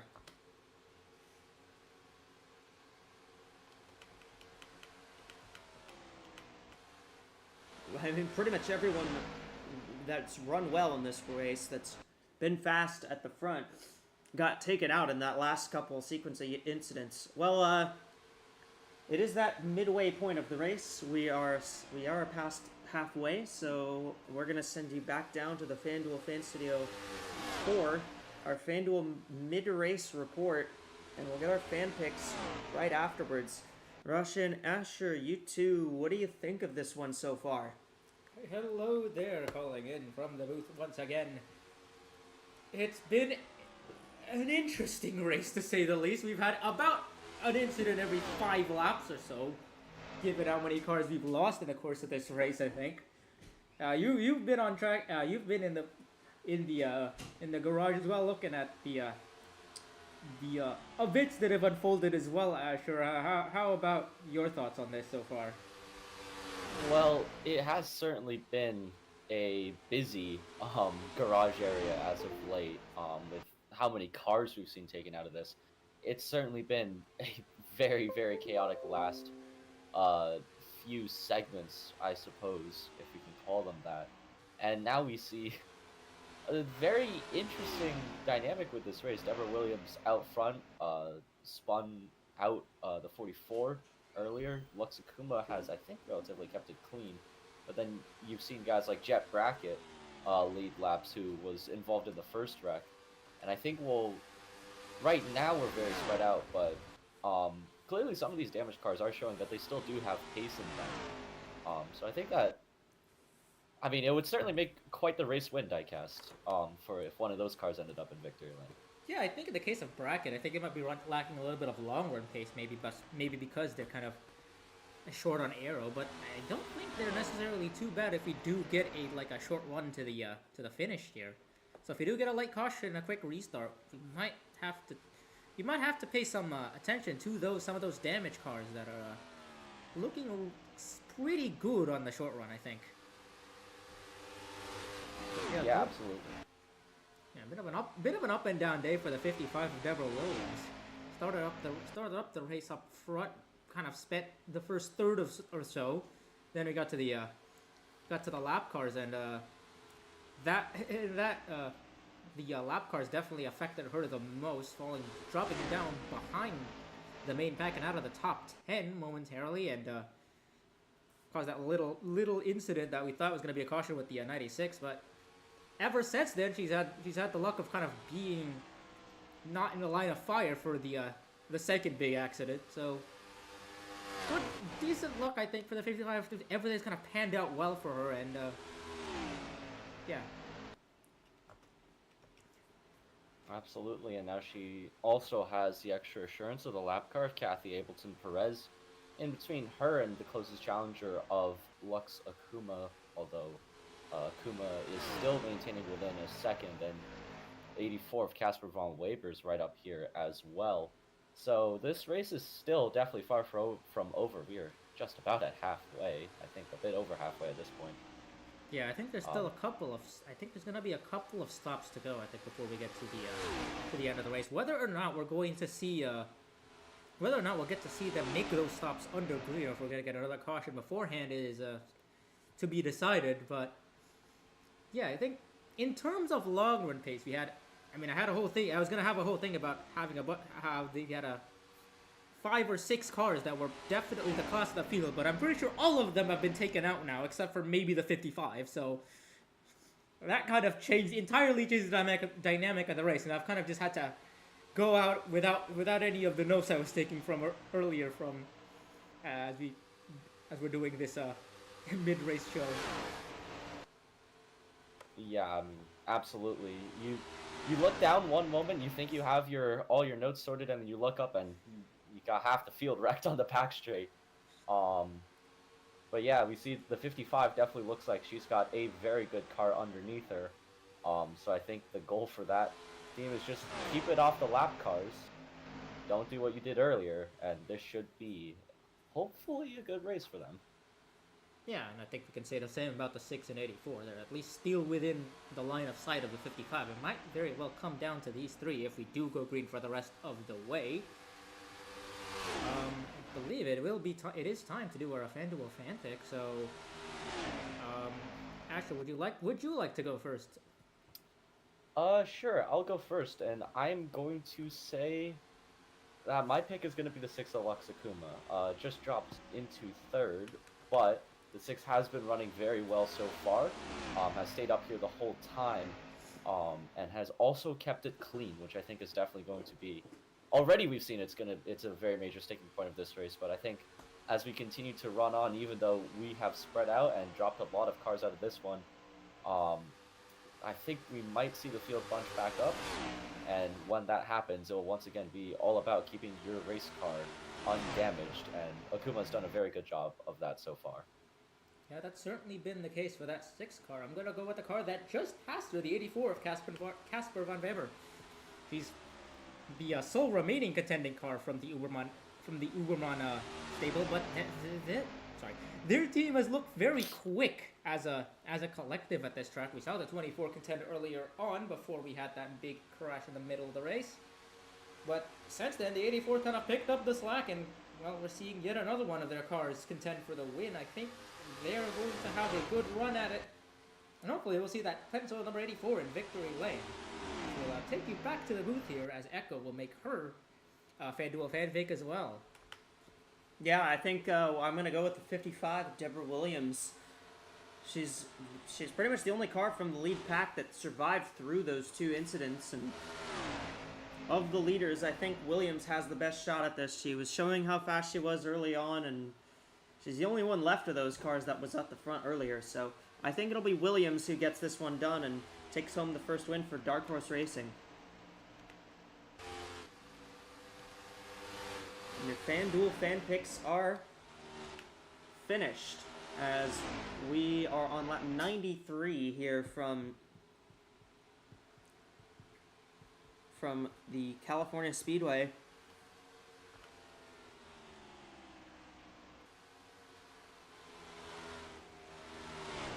Deborah Williams continues to lead. Casper von Weber is in second. Kara Reynolds has moved up to third. Lux Akuma's dropped to fourth. Hieta Yoko in fifth. First car 1 lap down actually still is the 24 of Ashley Johnson at the moment, but Are there only 2 cars a lap down? Wow, 2 cars plus gonna be 51. there's 3. Oh, there's 3. Okay. The 51 is gonna make it 4 now, or the 51 and 99 are gonna make it 5. Whoa! Yeah, 51 and 99 is kind of. 51 was Racing. not watching where she was going and almost took out the 84 there.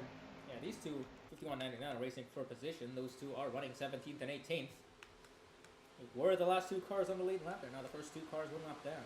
Yeah. I feel like they're gonna reel in the 24 soon here too. Yeah, now we'll put her 2 down. 25 continues to just run with the 55 here. That car is definitely has the pace. So good recovery for them in terms of fixing up the fuel feeding issue that they had. That car's performing like, well, there doesn't seem to be like any problem really. Yeah, the 25 is doing pretty solidly. I mean, she's keeping the pace with the 55. They've gotten that car fixed up and running as good as it was before. So, just it has that trouble of being multiple laps down. So, that's pretty much the thing that's hurting her. But the funny thing is that's with the 25 staying behind the 55 like this, that's keeping all these other lead lap cars from even really getting to the 55. Like the 84 has to get by 2 cars here to get by, and that's not helping her at all.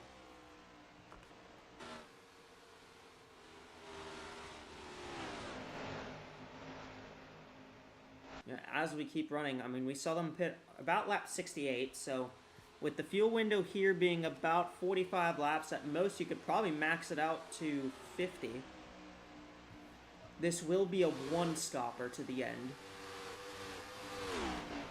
Yeah, we'll get at least 1 pit cycle before you get to the end, before anybody can make it to the end, I think. Yep. That'll be about lap 105 at minimum, I think. Assuming Yes. you can't, assuming you don't stretch it out past those 45 laps. I mean, the fuel window is going to open in about 3 or so laps. But They pitted on lap 68, which means we're expecting them in around lap 113. So around 37 to go is when we expect them to come to pit road.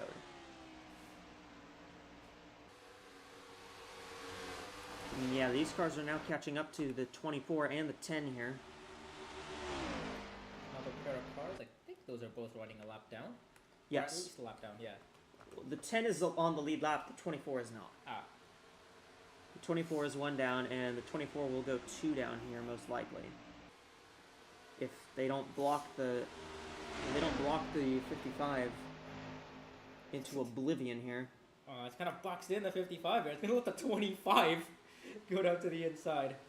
There's just the window open for the 55 to sneak in through. Yeah, and she took it. And the 84 is going to have to do the same here. Oh, the 6 contact! and the 10 make contact, and Reynolds. And the 10 is up on the outside Caution wall. is out. Caution is out, and we'll have to re-roll them. This is just within the fuel This window. is It's gonna just make- outside the fuel window. Yeah, this is going to make things interesting. This is going to be a stretch to the end if there isn't another yellow. And the lap car is causing havoc once again. I believe the 51 will get the free pass because the 10 is not going to come around as the first car 1 lap down.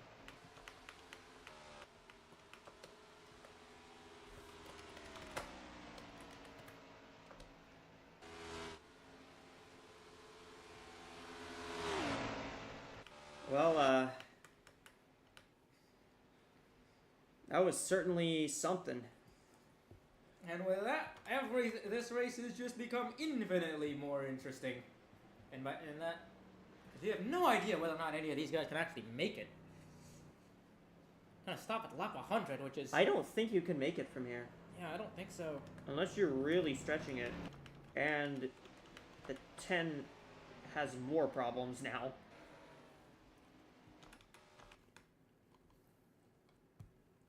What's going on, Asher? Like a few cars now already, it is a tire issue down on the 10. I believe it's probably from the spin. But that car was already going to be heading down pit road regardless. So I guess it's just they're going to have a bit more service time with that car. And it is just it's been a long night so far for most of these mechanics, and it will continue to be a long night as we see most of the field down pit road. And I do agree with you guys in the booth, it is going to be long if they're going to try to make it from here. So I just don't see them making it. I think we will need one more splash at the end. But we will see if someone can make it to the end. And if they can, that will probably give them the win. Williams gets out ahead. Williams gets out in the lead. Von Weber. Zoe Quinton moved up to third with there. And the 10 has chosen to retire from the race, so they're not even going to bother to fix it. So it is Williams, Von Weber, Quinton, Oswell, Akuma, Yoko, Oberman, Ramos, Lockport, and Gray, the top 10 off pit road. And how about Zoe Quinton? Up in the third position now in that 5 car. Speaking of drivers at teams that are kind of picking up the slack again, here's another McMillan car that's kind of showed up. Yeah. And also shout out to that 96. 96 running very good here. Yeah, Oswald's had a pretty solid recovery. I mean, 3 of the 4 Dark Horse Racing cars that are in this race are up in the top 10 now.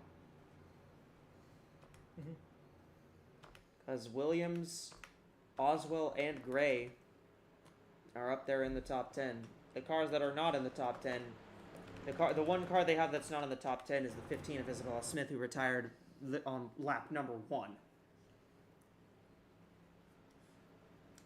So yeah, I mean, in terms of fuel mileage, we're guessing they can make it 45. what we think they can do is maybe stretch it to 49. Maybe, yeah. But that's going to be tight.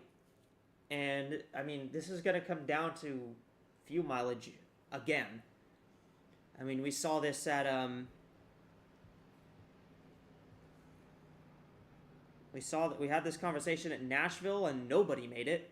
We had this conversation at Daytona and everyone made it. We saw this conversation in the Cup race at Calder Park, and everybody made it aside from one car. So, I mean,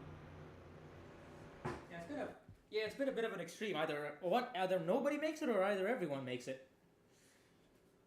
yeah, and I mean, this one's very much a question of I don't think they can make it, but we're gonna have to see how each team feels about their fuel coming to the end of this of one of these. Yeah. The end of this one. Yeah, and going by the numbers alone, I don't think they'll be able to make it, but sometimes you just never know. Yep. They're gonna try to save fuel under caution here. All right. Lights are out, so we got one to go. It's Williams, Von Weber, Quinton, Oswell, Akuma, Yoko, Oberman, Ramos, Lockport, Gray. No lap cars in between the top 10, so nobody will will get waved around. And Yeah, how many cars do we have on the top 10? On the lead lap, I should say. 16. 16, and only one car is a lap down. Yeah, and the 51 just got back onto the lead lap. Mm-hmm. If there's another caution, the 99 would get the free pass, barring her being the cause of the caution. Yeah. By the way, shout out to the 65 once again. Tanya's still running. Yeah, the 65. This is a compliment and a half. Involved in another incident, but still in the top 10. I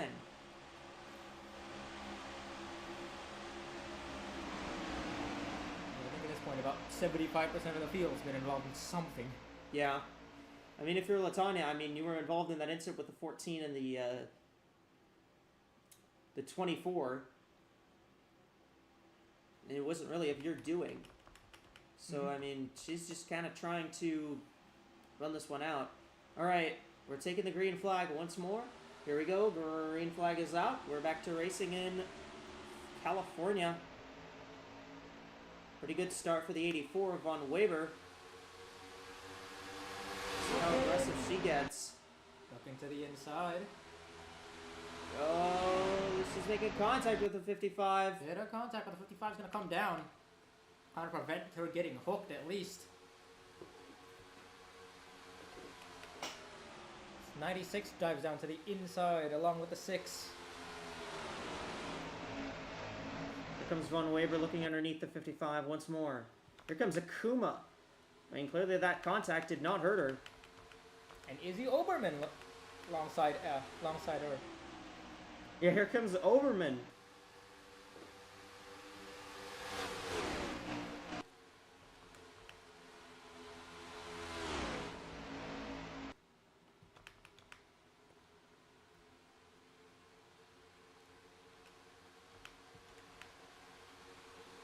Oberman backed off, and so did Von Weber, but it's these top three of Williams, Von Weber, and Akuma now up in the top three. But Tanya Gray's moved up. She's in the 8th position, and she's actually trying to move up even further, trying to get by the 0 of Yoko. If she's going to get by.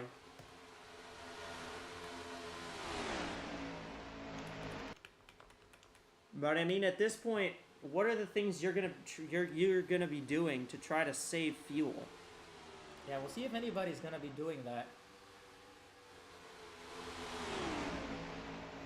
Well, yeah. What are the things you're doing to save fuel? Oh, if you're saving fuel, I mean, what I do is just follow the leader. I mean, you don't really want to lead the pack, I don't think. If you're at the front, anyways, you want to be obviously you want to be lifting as much as you can. But what you really don't want to do is kind of be running at the front of the pack. That's going to obviously increase the increase the amount of air resistance that you're gonna get. Not gonna use up more fuel than you really need to. So you might see cars kind of trading the lead here, just kind of making sure that they don't spend all their time up front. Yeah, just trying to save every little bit that they can. Von Weber trying to take the lead away from Williams.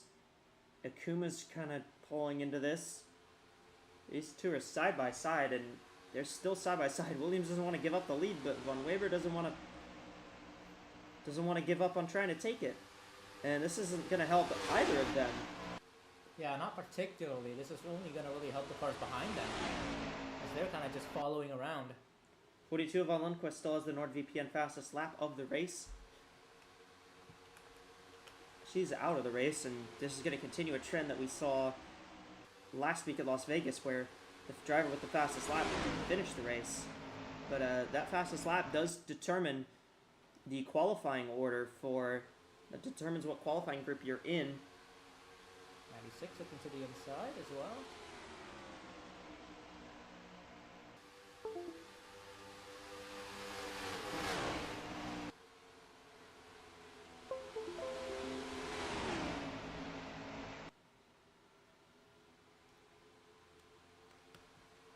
'84 is going to get by for second. Here comes Oswell trying to take third.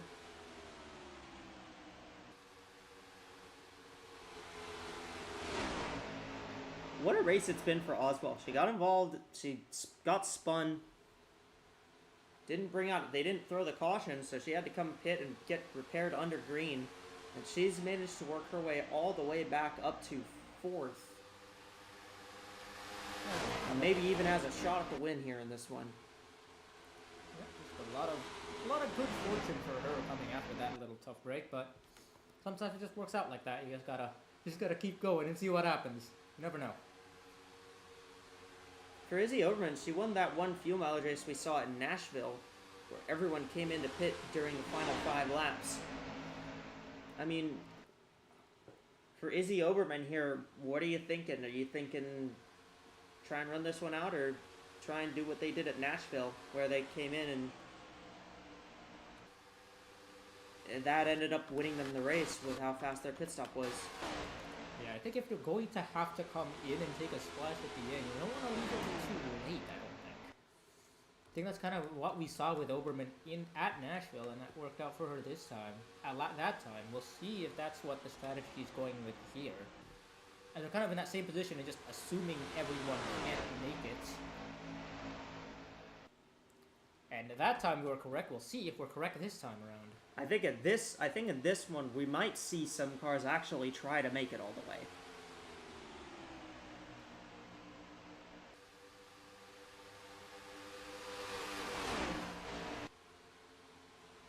Oberman in third now. She's dragged Oswell with her up to fourth.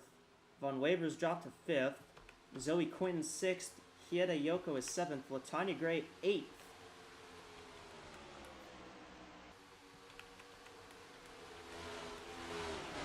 For these cars that are running with aero damage as well, I think is important as well to try and save fuel, because that aero damage is already gonna be costing you some more fuel. Because you're having to give it more power to go the same speed as you were before.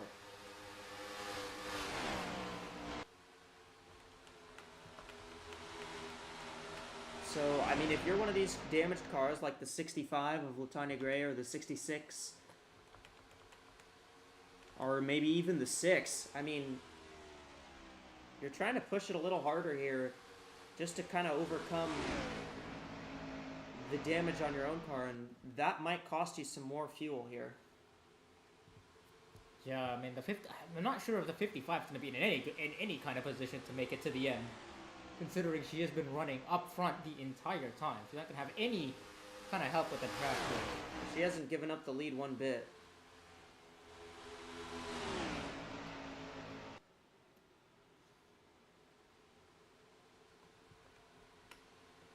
So, Overman, Von Weber, Oswell make up the top 5.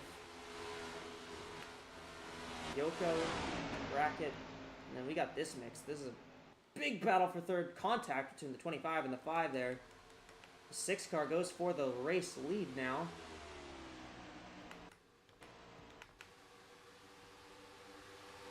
A little bit of movement here. We'll see Akuma send it down the inside. I think we're finally going to get a change for the lead here. I believe the 6 car is going to get it. Yes, she is. And the 55 is going to just lean back and just let her have it here.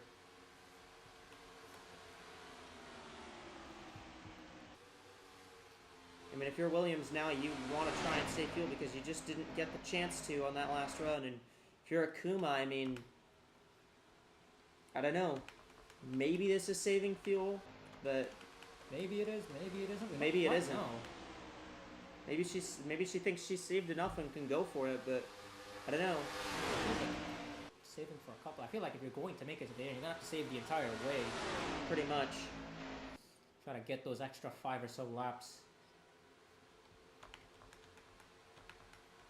Like if we're gonna see anybody save enough, it's gonna be someone in this in this group back Quinton here. notably dropped back quite a bit. He's now down to 9.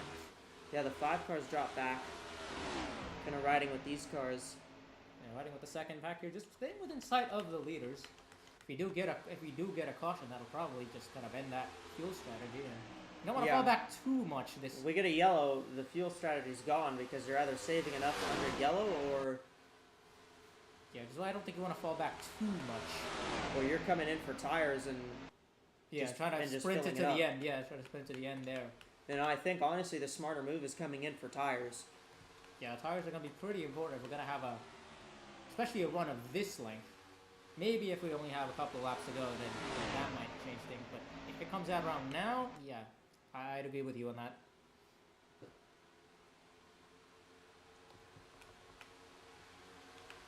I think the spot we're gonna see them wreck, I think if we're gonna see another incident, it's gonna be when they catch lap cars.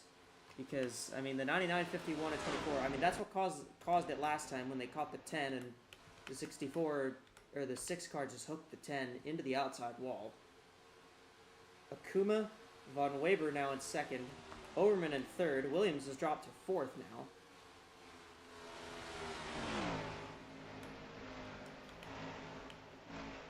Oswald sits fifth, Yoko sixth, Brackett in seventh. Then this fight for eighth between Gray and Quinton. Yeah, Brackett hasn't followed as far back as she did, I don't think, on that last one. Yeah. That might be a bit of a sign. Let's see. 84 now looking all over the bumper of the 6. That's a Toyota and a Mercedes. And we got another Toyota there in third. I mean, there's 2 Inverness Racing teammates up here at the front, because Akuma and Oberman are both teammates.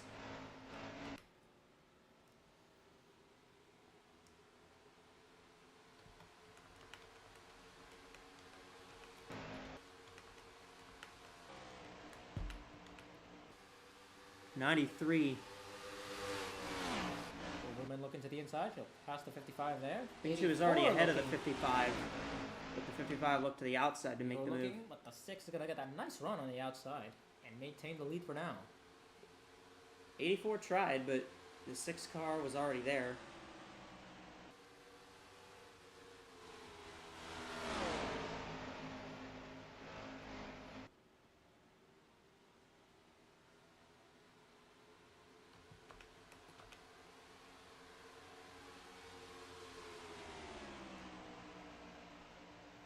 We're just kind of trying to pull a little bit of a draft here.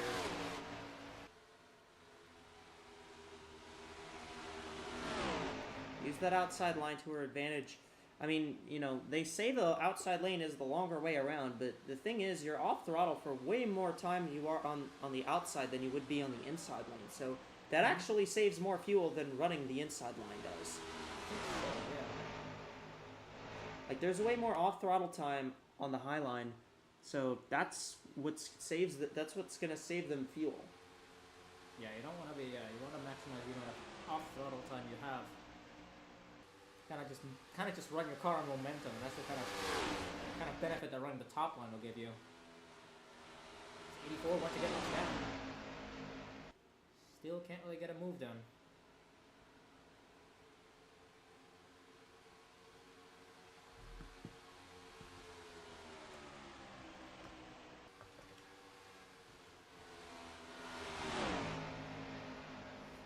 see now the 93 of Oberman to the inside. Yeah, the 93 is going to take advantage of the 84, kind of making those moves, and now it's going to be an Inverness Racing 1-2.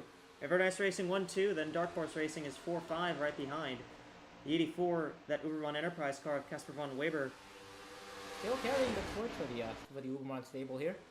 Well, I think she's the only Uberman car left. That yeah. Well, the 24 outside of the still 20, running. yeah, the 24 still running, but she's kind of just running a couple. She's kind of riding right now, yeah. 20th still spot in the right top now. 20, so still a respectable result at the end, I think. But yeah, the 84 is going to be the one to look out for the race win.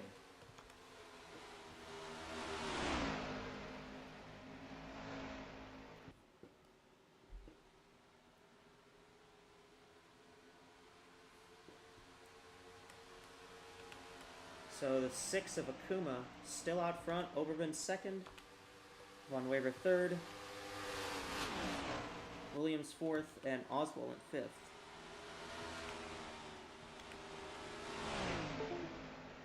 Kathy Ableton Perez, I mean, that incident she had where she was in, where that mechanical issue she had. Yeah, the fuel system problem. Just hasn't been, just hasn't had the luck in terms of getting that run of caution, but in terms of pace, she's been with the front of the field, I think. See, just another good recovery from that 25 team. Just watch the 6. Lead the way for these guys. 55 is definitely kind of hung back a little bit. He hasn't been looking to make a move. I say that there's going to be a big gap between the 6 and the almost 3 wide behind them for second.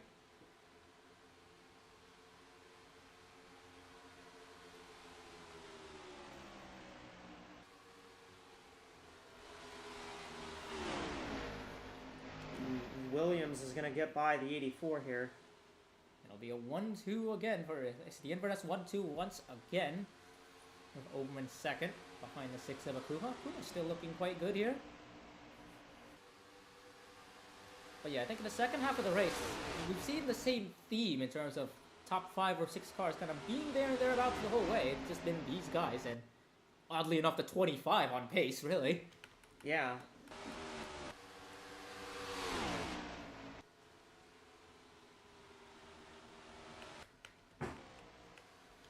Even though the 25 is clearly scored a few laps down, that car has been running at the pace of the leaders.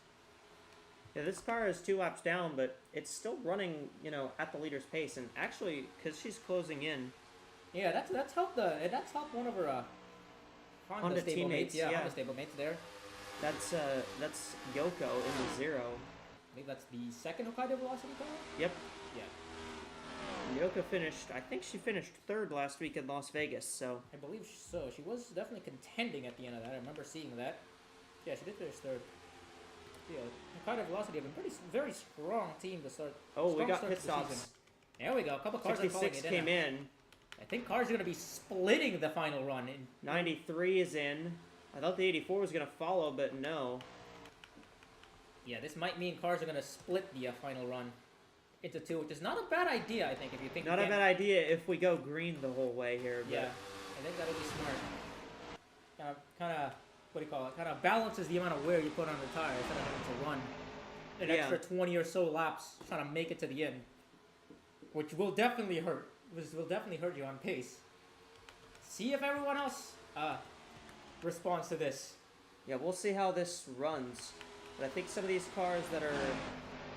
I think these cars feel pretty confident. These guys are still staying out, yeah. The thing is, like, if you're taking tires now, you're going to change all 4 tires here. You're going to be way faster. You're going to be like... We're going to see when the 93 and the 84... not the 84. The 66 come out. They're going to be so much faster. Yeah, it'll be in the order of seconds. And I mean, Uberman has a win, so she's definitely in a position to make this kind of strategy call here. So we'll see how that pans out for the 93 team. There's Williams and Oswell fighting here for Anybody the else comes second in? spot. Nothing there. Yeah, that might have just been a solo call for the 93. Well, the 66 came in as well. Oh, my bad. Sorry, yeah. Yeah, we're going to see... When I see the pace difference here, I mean, look at the run. The 93 is getting on the 5. And just keep in mind, the 93 is completely clean. No issues at all for her. She hasn't been involved in really anything. Yeah. And you're gonna see corner speed here. And this advantage is going to get better and better, basically, as the tires and eventually these guys are gonna have to start, you know, off throttling a little bit more, even more to kind of make it to the end. Yeah. If they do plan on trying to do so. I'm gonna get a couple of lap calls actually. Of the 6, yeah, the 99 and the Catch the 51 99 and once the again. 51.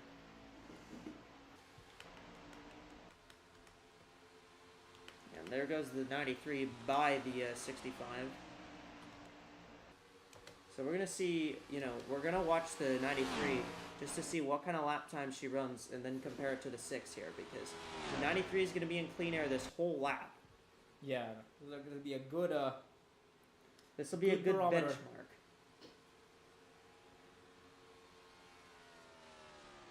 I think the 93 and 66 have decided to just cut their losses. They know they can't make it here. So they're trying to reverse this strategy.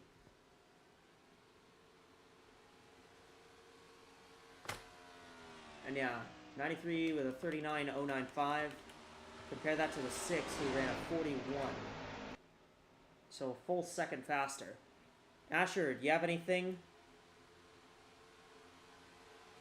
Yeah, so this strategy is definitely going to be banking on us going green the rest of the way. I think that most of the leaders up here think that with all of the aggressive drivers we've had up here so far, that we might have one more caution in us. We'll see as we continue to navigate the lap traffic. But so far we've kept it green for quite a while now. So we'll see if the 93 and 66 made the right call, or if the leaders up here made the right call. Yeah, that'll definitely play a role, I think. If you do get a caution, it's gonna throw a right to the 93 and 66, especially the 93. Yeah, it'll hurt both of those cars really, really badly if we get a caution here. Yeah, assuming that happens before they unlock themselves. Yeah. What car's starting the inside? I'm not sure. I if mean, a that's just caution would fitting. hurt them pretty much regardless, because Well, the or not. 93, if the 93, you know, even if she unlaps herself, and then the caution comes out, well, you know, she has to pit, and these cars up front wouldn't pit, or she would stay out and lose all that time on those much older tires. Comes the 93, splitting the difference between the 0 and 99. Zero car, Zero's I car's believe, is coming pitting. Yeah, Yoko's coming in. I think she's seen enough. I think Another they car, figured yeah. out. I think they figured they don't have enough. Five Looks cars like they're in. as well, yeah. 51.95 appear to have come in. So yeah, a couple more cars now calling it. If everyone comes in, that'll definitely work in favor of that 93, but we'll see. And look at the 93 now starting to navigate her way through. Yeah, it's almost undoubtable that she's going to take the lead if these cars up front all come in. If everyone up here comes in, the 93 is going to have the lead. Ooh, yeah, gotta be careful now. Gotta be careful not Thing to is- cause an incident. These cars are all trying to save fuel now. Yep, approaching 15 to go now. We'll see. I think more cars are gonna start calling in and kind of coming in early. They're just trying to cut their losses, but Yeah. we'll see if We you're got a one bunch of of the cars cars back up front. here. More 14 cars. 31 are in. Yeah, more cars calling it in.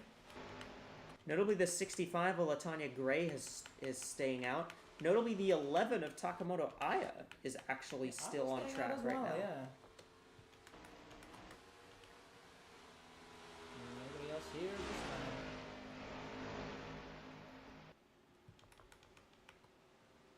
And there comes the 66 through this group.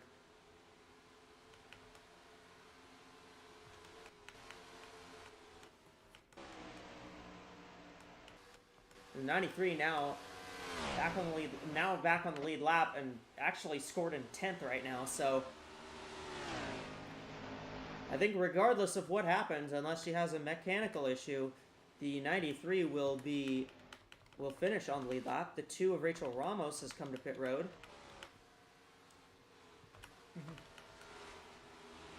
So these cars are all just trying to save.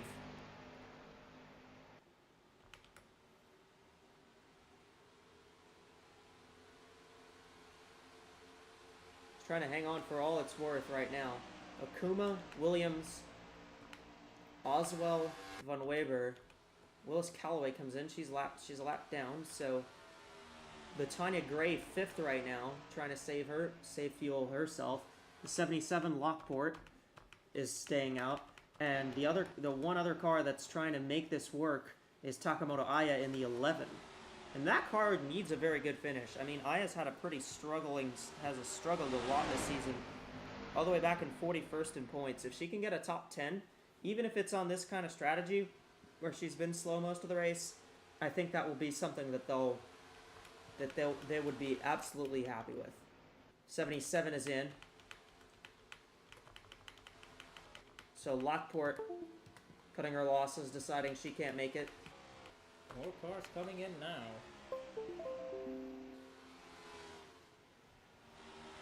The 45 and the 11 are coming in.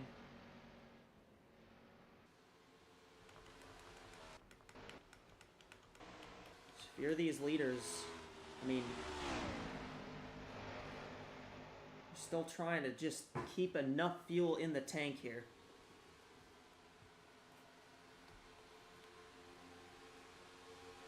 Akuma, Williams, battle for 3rd back here with Von Weber and Oswell. That's one lap, 140 at 150 here. Top 4, I think, now staying out. Plus Latanya, but she's way back, I think. The 65 is still on the track right now.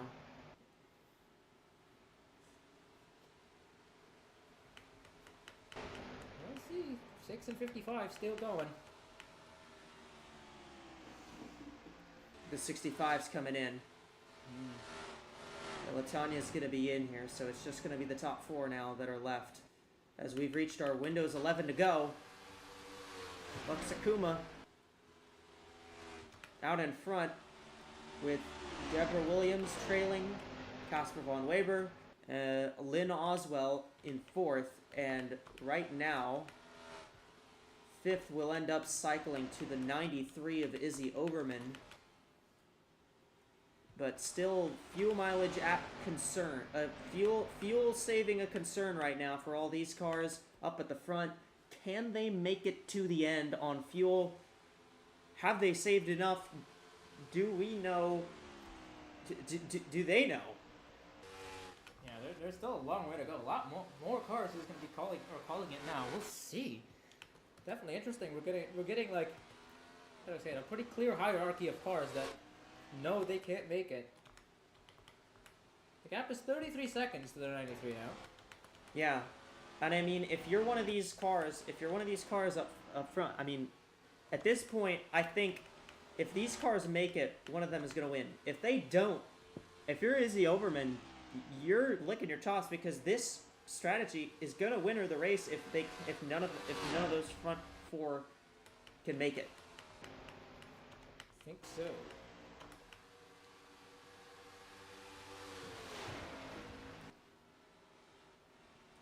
8 laps to go. 6 cars on the lead lap at the moment.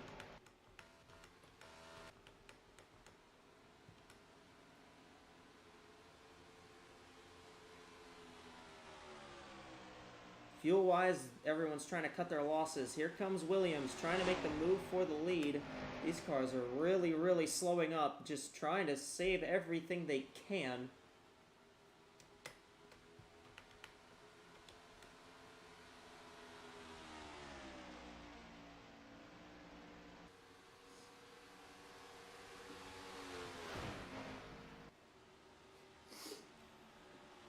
Excuse me.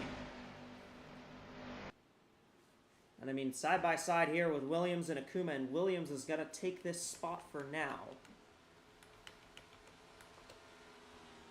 41-4.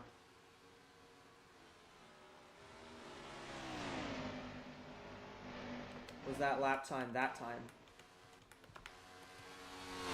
2 appears to have had some sort of issue. Rachel Ramos is back in the pits.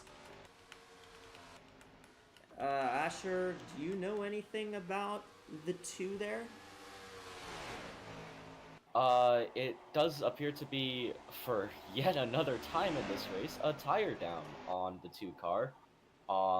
Goodyear have really, I guess, struggled to keep these tires together through one reason or another. I mean, as I said much earlier in the race, I can't imagine that we don't have at least some stray pieces of debris from all of the incidents we've had so far in this one. But yeah, it is a tire down on the 2, so that should be a pretty quick fix. And here comes Casper Von Weber down pit road. The 84 has seen enough. 84's in. Couldn't make it. It's gonna be down to where that car cycles compared to the 93. And now, if you're one of these now it's the top 3 that I'm worried about. Do they have enough to make it? And I mean, Oswald's dropped way off.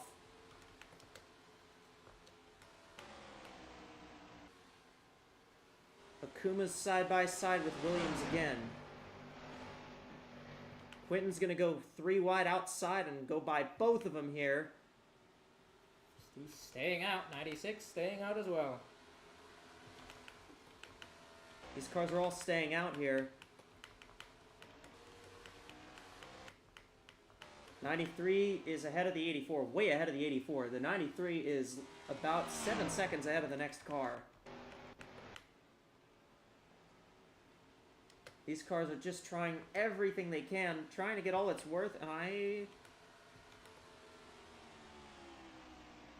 think the 6 might be coming in. 6 looking like it. No, she stayed out. No, okay. Just ran really low. 96 is in. Well, here we go. So it's down to the top 2. 84 just took right sides and a splash there.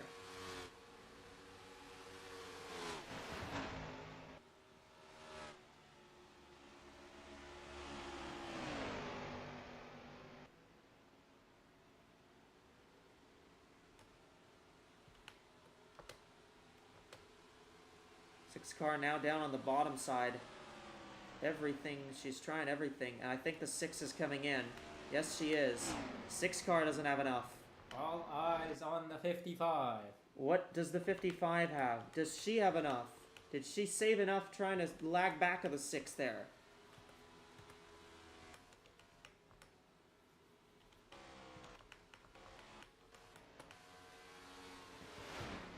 Or did the 93 play it right by betting that everyone had to come in?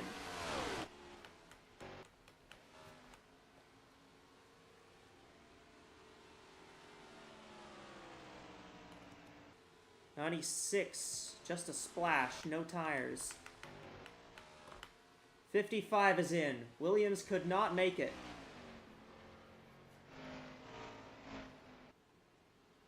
That car is out. And the white flag is going to wave for the 55 as she's on pit road. And now we're going to be looking back at the 93. Where is that car and where's the 55 going to come out in relation?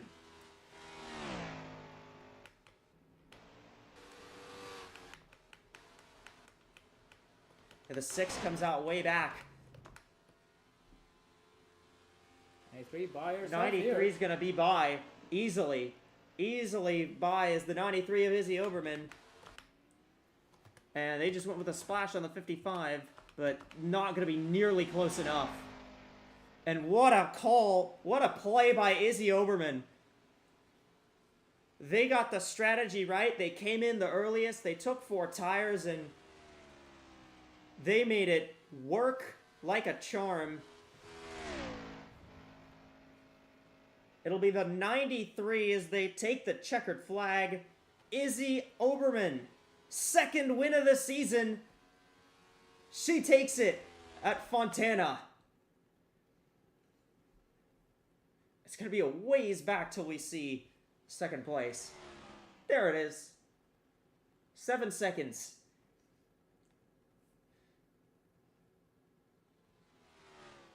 Five car finishes 3rd. The 55 will be 4th. The 6 will be 5th. The 96, the 0, the 84, the 77, and the 31.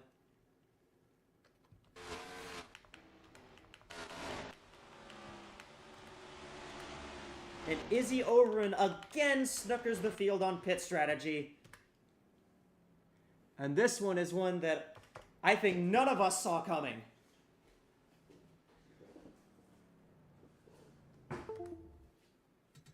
But an absolutely brilliant way to finish that race for Izzy Oberman and get out front there just at the got the pit cycle, timed it just right, and I'm pretty sure that 93 car only led one lap. But you know what?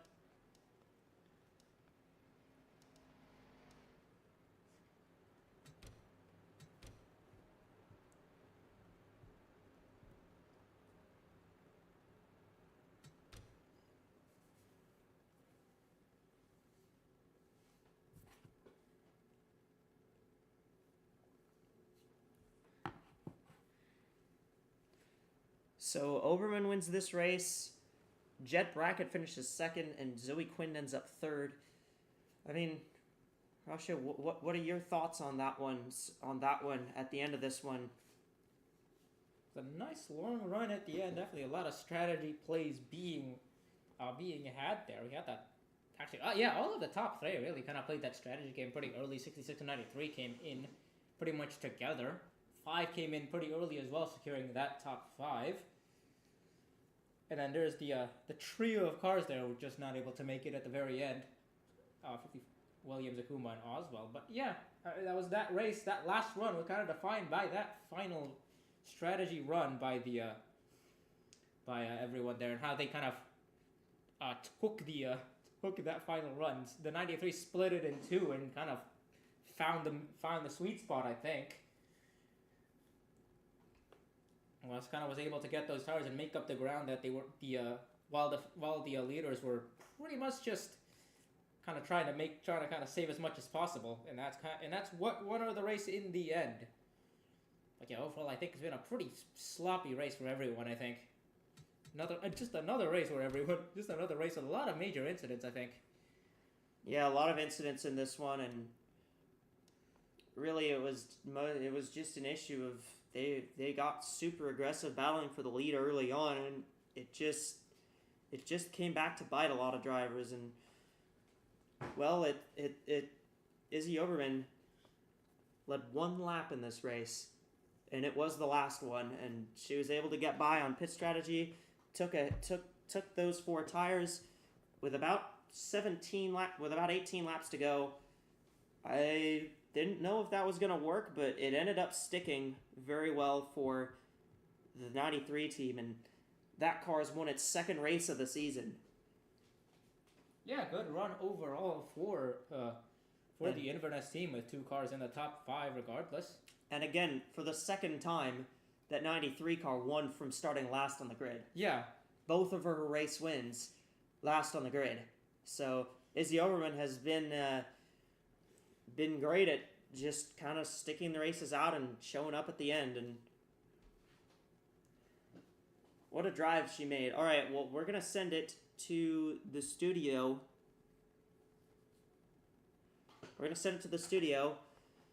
Rasha, Asher, you two, what did you think of this one, and how do you guys feel like wrapping this one up?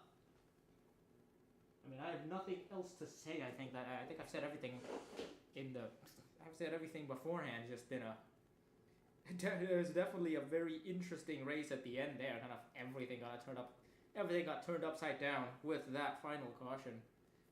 Kind of turned it into how do you approach that final run strategy? Do you try to stretch it to the end? Do you call it and try to split it in two and try to short pit? And in the end, that short pit strategy won out with the top 2. Asher, you were once again in the garage for most of the race. How was the second half for you?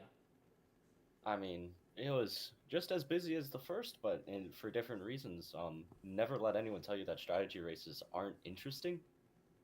We definitely had quite the game of chess play out on the racetrack in the second half, but I think definitely the quality of the field needs to be addressed. I mean, a lot of the moves early on, I mean, were not really well advised and throughout the race too. So I think that's definitely something that needs to be addressed going forward. Some great results for some cars that we definitely counted down and out. I mean, Jet Bracket's going to come home in P2. Latiana Gray comes home in P12 on the lead lap, and Stella Arcadia, requiring a good run, is going to come home in 15th. A few others, Liz Roberts, who started from the pole, ends up recovering to 18th, and Ashley Johnson, after flipping, ends up recording a top 20 in 19th. So definitely, the high attrition rate helped out the cars that were able to stay like actually running. Yeah, I think so. Just kind of one of those races again where you just have to kind of make it to the end and just kind of figure things out. But yeah, I think that's all I have for this one from California. Definitely an entertaining one, and certainly one of a lot of variables being thrown in the air. And at the end, I guess sometimes, Lady Luck just tosses all the names into the hat and picks one out. And that was Izzy Oberman today. Made the right strategy call, and the dice all fell her way, and she got the win.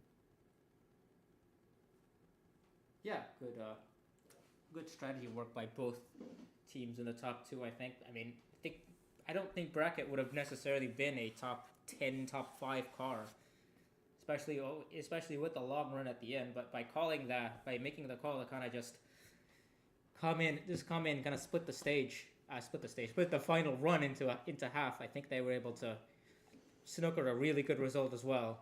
I think same with Zoe Quinton to an extent as well. Good top 5 for the McMillan team. I think that 5 team hasn't really had as much of a flashy start to the season as some of her teammates, but nevertheless another good result for it's a team that's again pretty far down in the points. I think good results for the 5, a good result for the 84 as well, who's in that kind of same position. So same for the 96 as well. It's 96. Linaw as well, who qualified for every race but really hasn't had any results to show for it. Finally was able to get a top 10 here. Good 6th place finish for them. And actually, you know what? I'll give another shout out to Lori Ramirez. I didn't expect. She was another one of those cars involved. I think she was involved in the first big one. She kept it going and somehow kept it on the lead lap most of the way, and brought it home in 10th. A solid top 10 run for the driver, and 12th in the standings. That'll definitely positively reflect on her once we get the points calculated after this. Any other thoughts about the race? Do you have any? Maybe we can talk about the expectations we'll have for the next race at Irwindale, because that'll be a very different kind of show, I think. Yeah, absolutely. There's going to be a lot more beating and banging of a different variety. Hopefully, we won't see as high of an attrition rate, because I think most of the incidents, if we see them, will be smaller. But definitely a lot more close quarters. Chassis is still going to be important. Irwindale, small track. But yeah, as we said earlier in the broadcast, first proper short track of the season, so that will be fun to watch, definitely. Yeah, I think as well with the engine concerns some of these teams are having. I wonder if this is going to be a chance for them to kind of just reset, because they won't have. I don't think they're going to have to turn up the engines nearly as much for the short tracks. They could probably focus on their chassis and aero developments for the next couple of races, especially chassis. That'll be of utmost importance at a flat short track like Irwindale. Definitely, and don't know too much about these drivers in terms of how well they're going to do a short track, so it's definitely going to be an interesting shakeup of the field when we go racing next week, I think. All right, do you have any final thoughts on the race weekend, and maybe a thought about what the Cup drivers are going to do tomorrow? Hopefully, it's a bit cleaner than this. But aside from that, I think that this was definitely a really good sampler for what we can expect on the strategy front. Certainly tomorrow. So it'll be watching those tires, watching the fuel gauges, and yeah, I think that's all I got here. All right, thank you for that. Now that will take you back to the booth, Willa, where Echo will have her closing statement.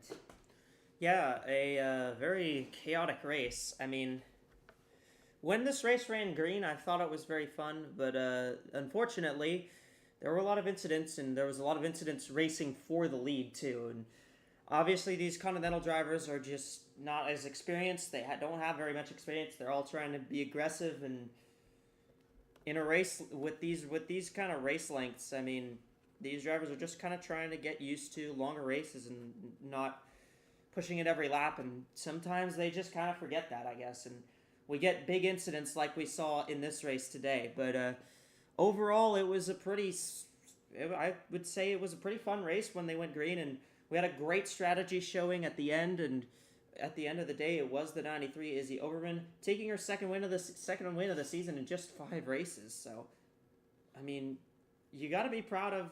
I think if you're on that Inverness Racing team, you got to be proud of that car for pulling it off again at a track like this. And if you're in that Toyota team, you got to be happy with how this showcase went, because you had two cars on the podium, 3 in the top 5, and just generally great showing for the whole team.